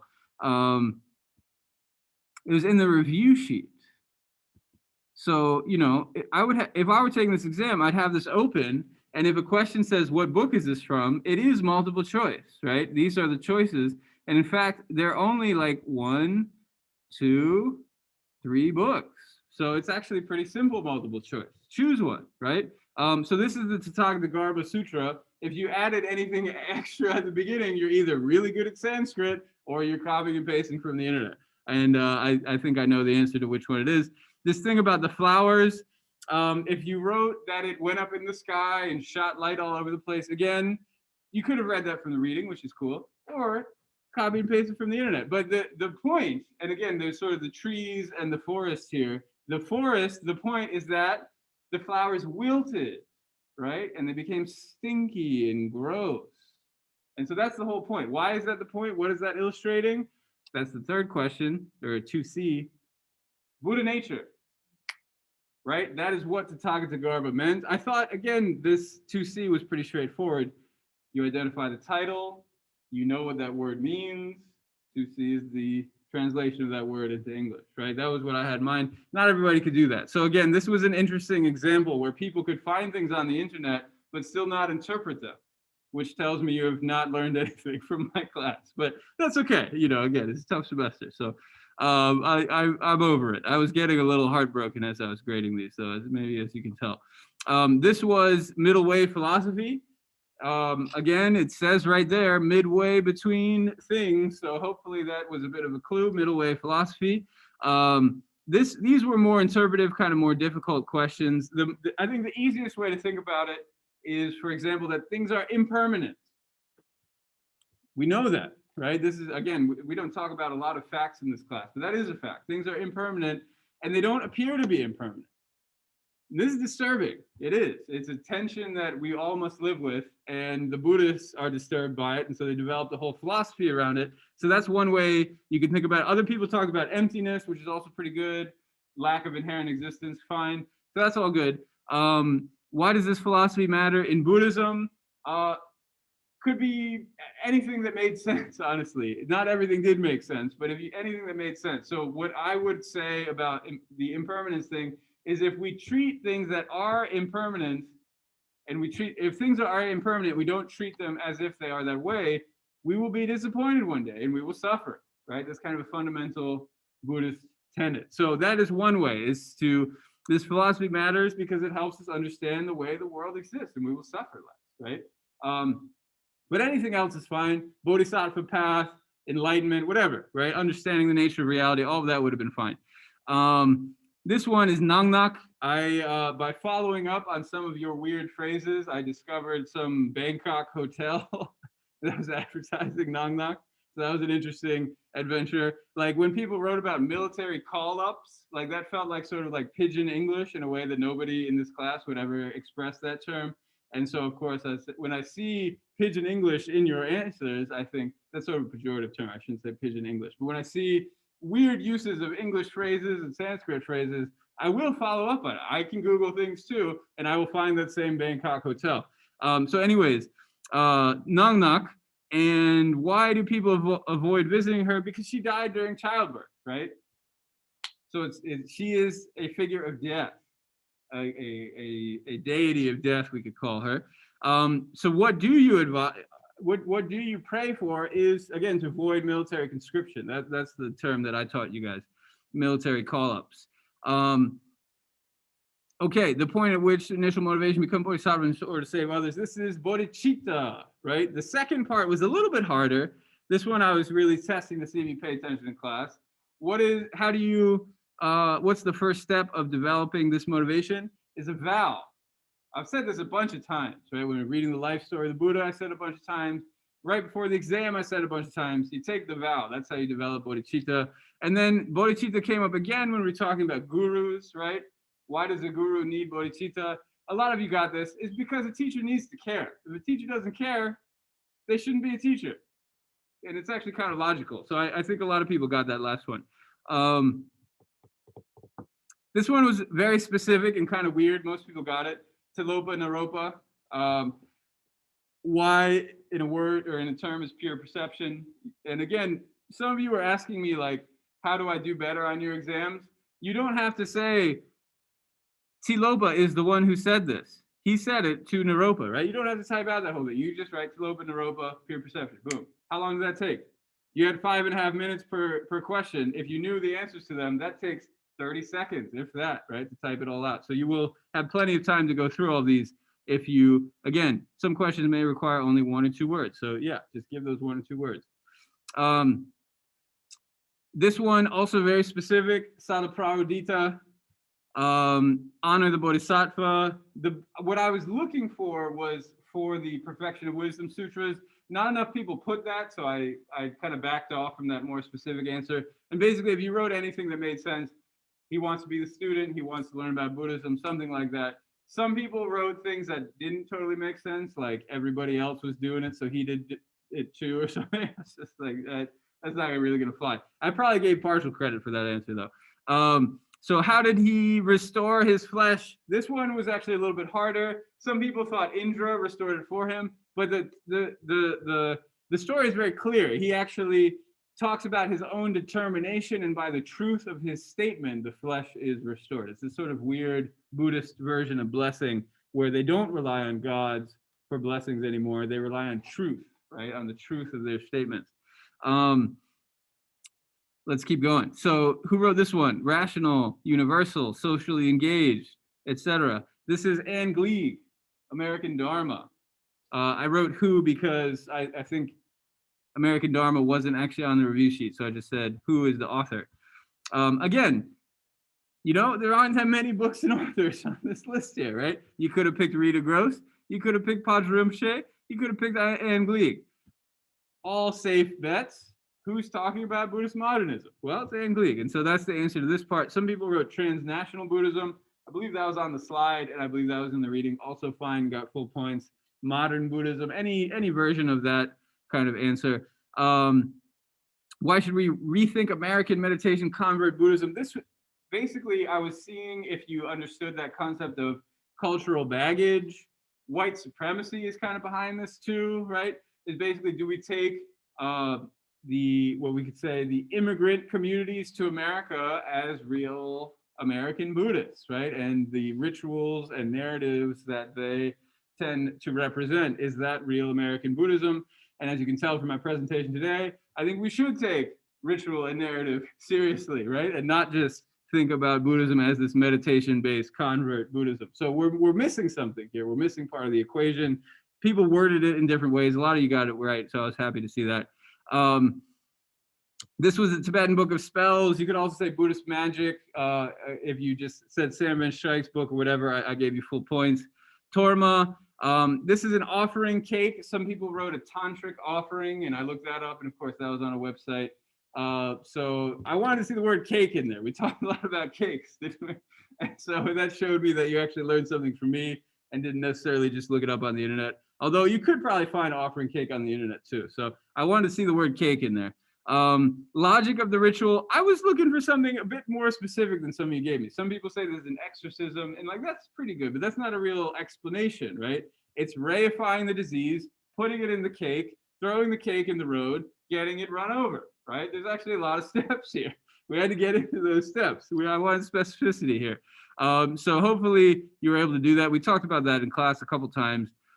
This one, deity yoga, one goal. There are a bunch of magical goals that people were into. You could also say identification with Tara or vision of Tara, something like that. That would also be fine. And how is it achieved? Mantra, visualization, mandala, any of those sort of special tantric terminology would have been good here. I realized people had a lot of like really almost answers to this. Like some people wrote tantric meditation, which is like, yeah, it's pretty close. I might have taken a point off for that. Deity yoga was what I was really looking for, but maybe that was, yeah, just a little more specific. So, and something similar happened here too, right? Meditation, people gave some nice general things. I read so many essays, insight, calming meditation, and that's pretty good. I wanted some examples. I wanted examples. Be sure to write cite specific examples. And some people like cited Kyun in their explanations, which is pretty good. But let's talk about headspace. Let's talk about Tara. Let's talk about Guru Yoga. Let's talk about something, right? Something that can kind of illustrate these general trends. I might have taken a point off if the examples were sort of vague or absent. But for the most part, if you gave a plausible explanation, you got at least 18 or 19. Greater vehicle, same. It was a lot of general stuff, 6 perfections, bodhisattva path, and I thought all of that was pretty good. Specific examples would have been nice. Sada Prarodita, Milarepa, right? Make some connections, bring things together. Say, here's something from Kyun, and then here's something else, right? And that's what I was kind of going for. Again, if you gave a good explanation but didn't really have the examples, you probably got 18 or 19. Still pretty good, right? And then I was actually pretty impressed with the pure perception. I think because we talked about it more recently, most people knew what was going on with that one, and so I liked the answers to that. So pros and cons. It was pretty open-ended. You had to know what it was. That was basically what I was testing, and I asked you to think about it, and most of you guys were able to give some pretty thoughtful answers to that. So yeah, that's it. We've got 4 minutes left. I feel like I usually do these reviews of the exams, and I'm like running through and I'm out of breath and there's no extra time. Any questions? General questions? We could do specific questions too if you want to. You guys look like you're ready to go. Should we call it a night? Chat, you guys all good? Okay, so yeah, if you have specific questions, let's just talk about it later. Send me an email and we can go over it together. Otherwise,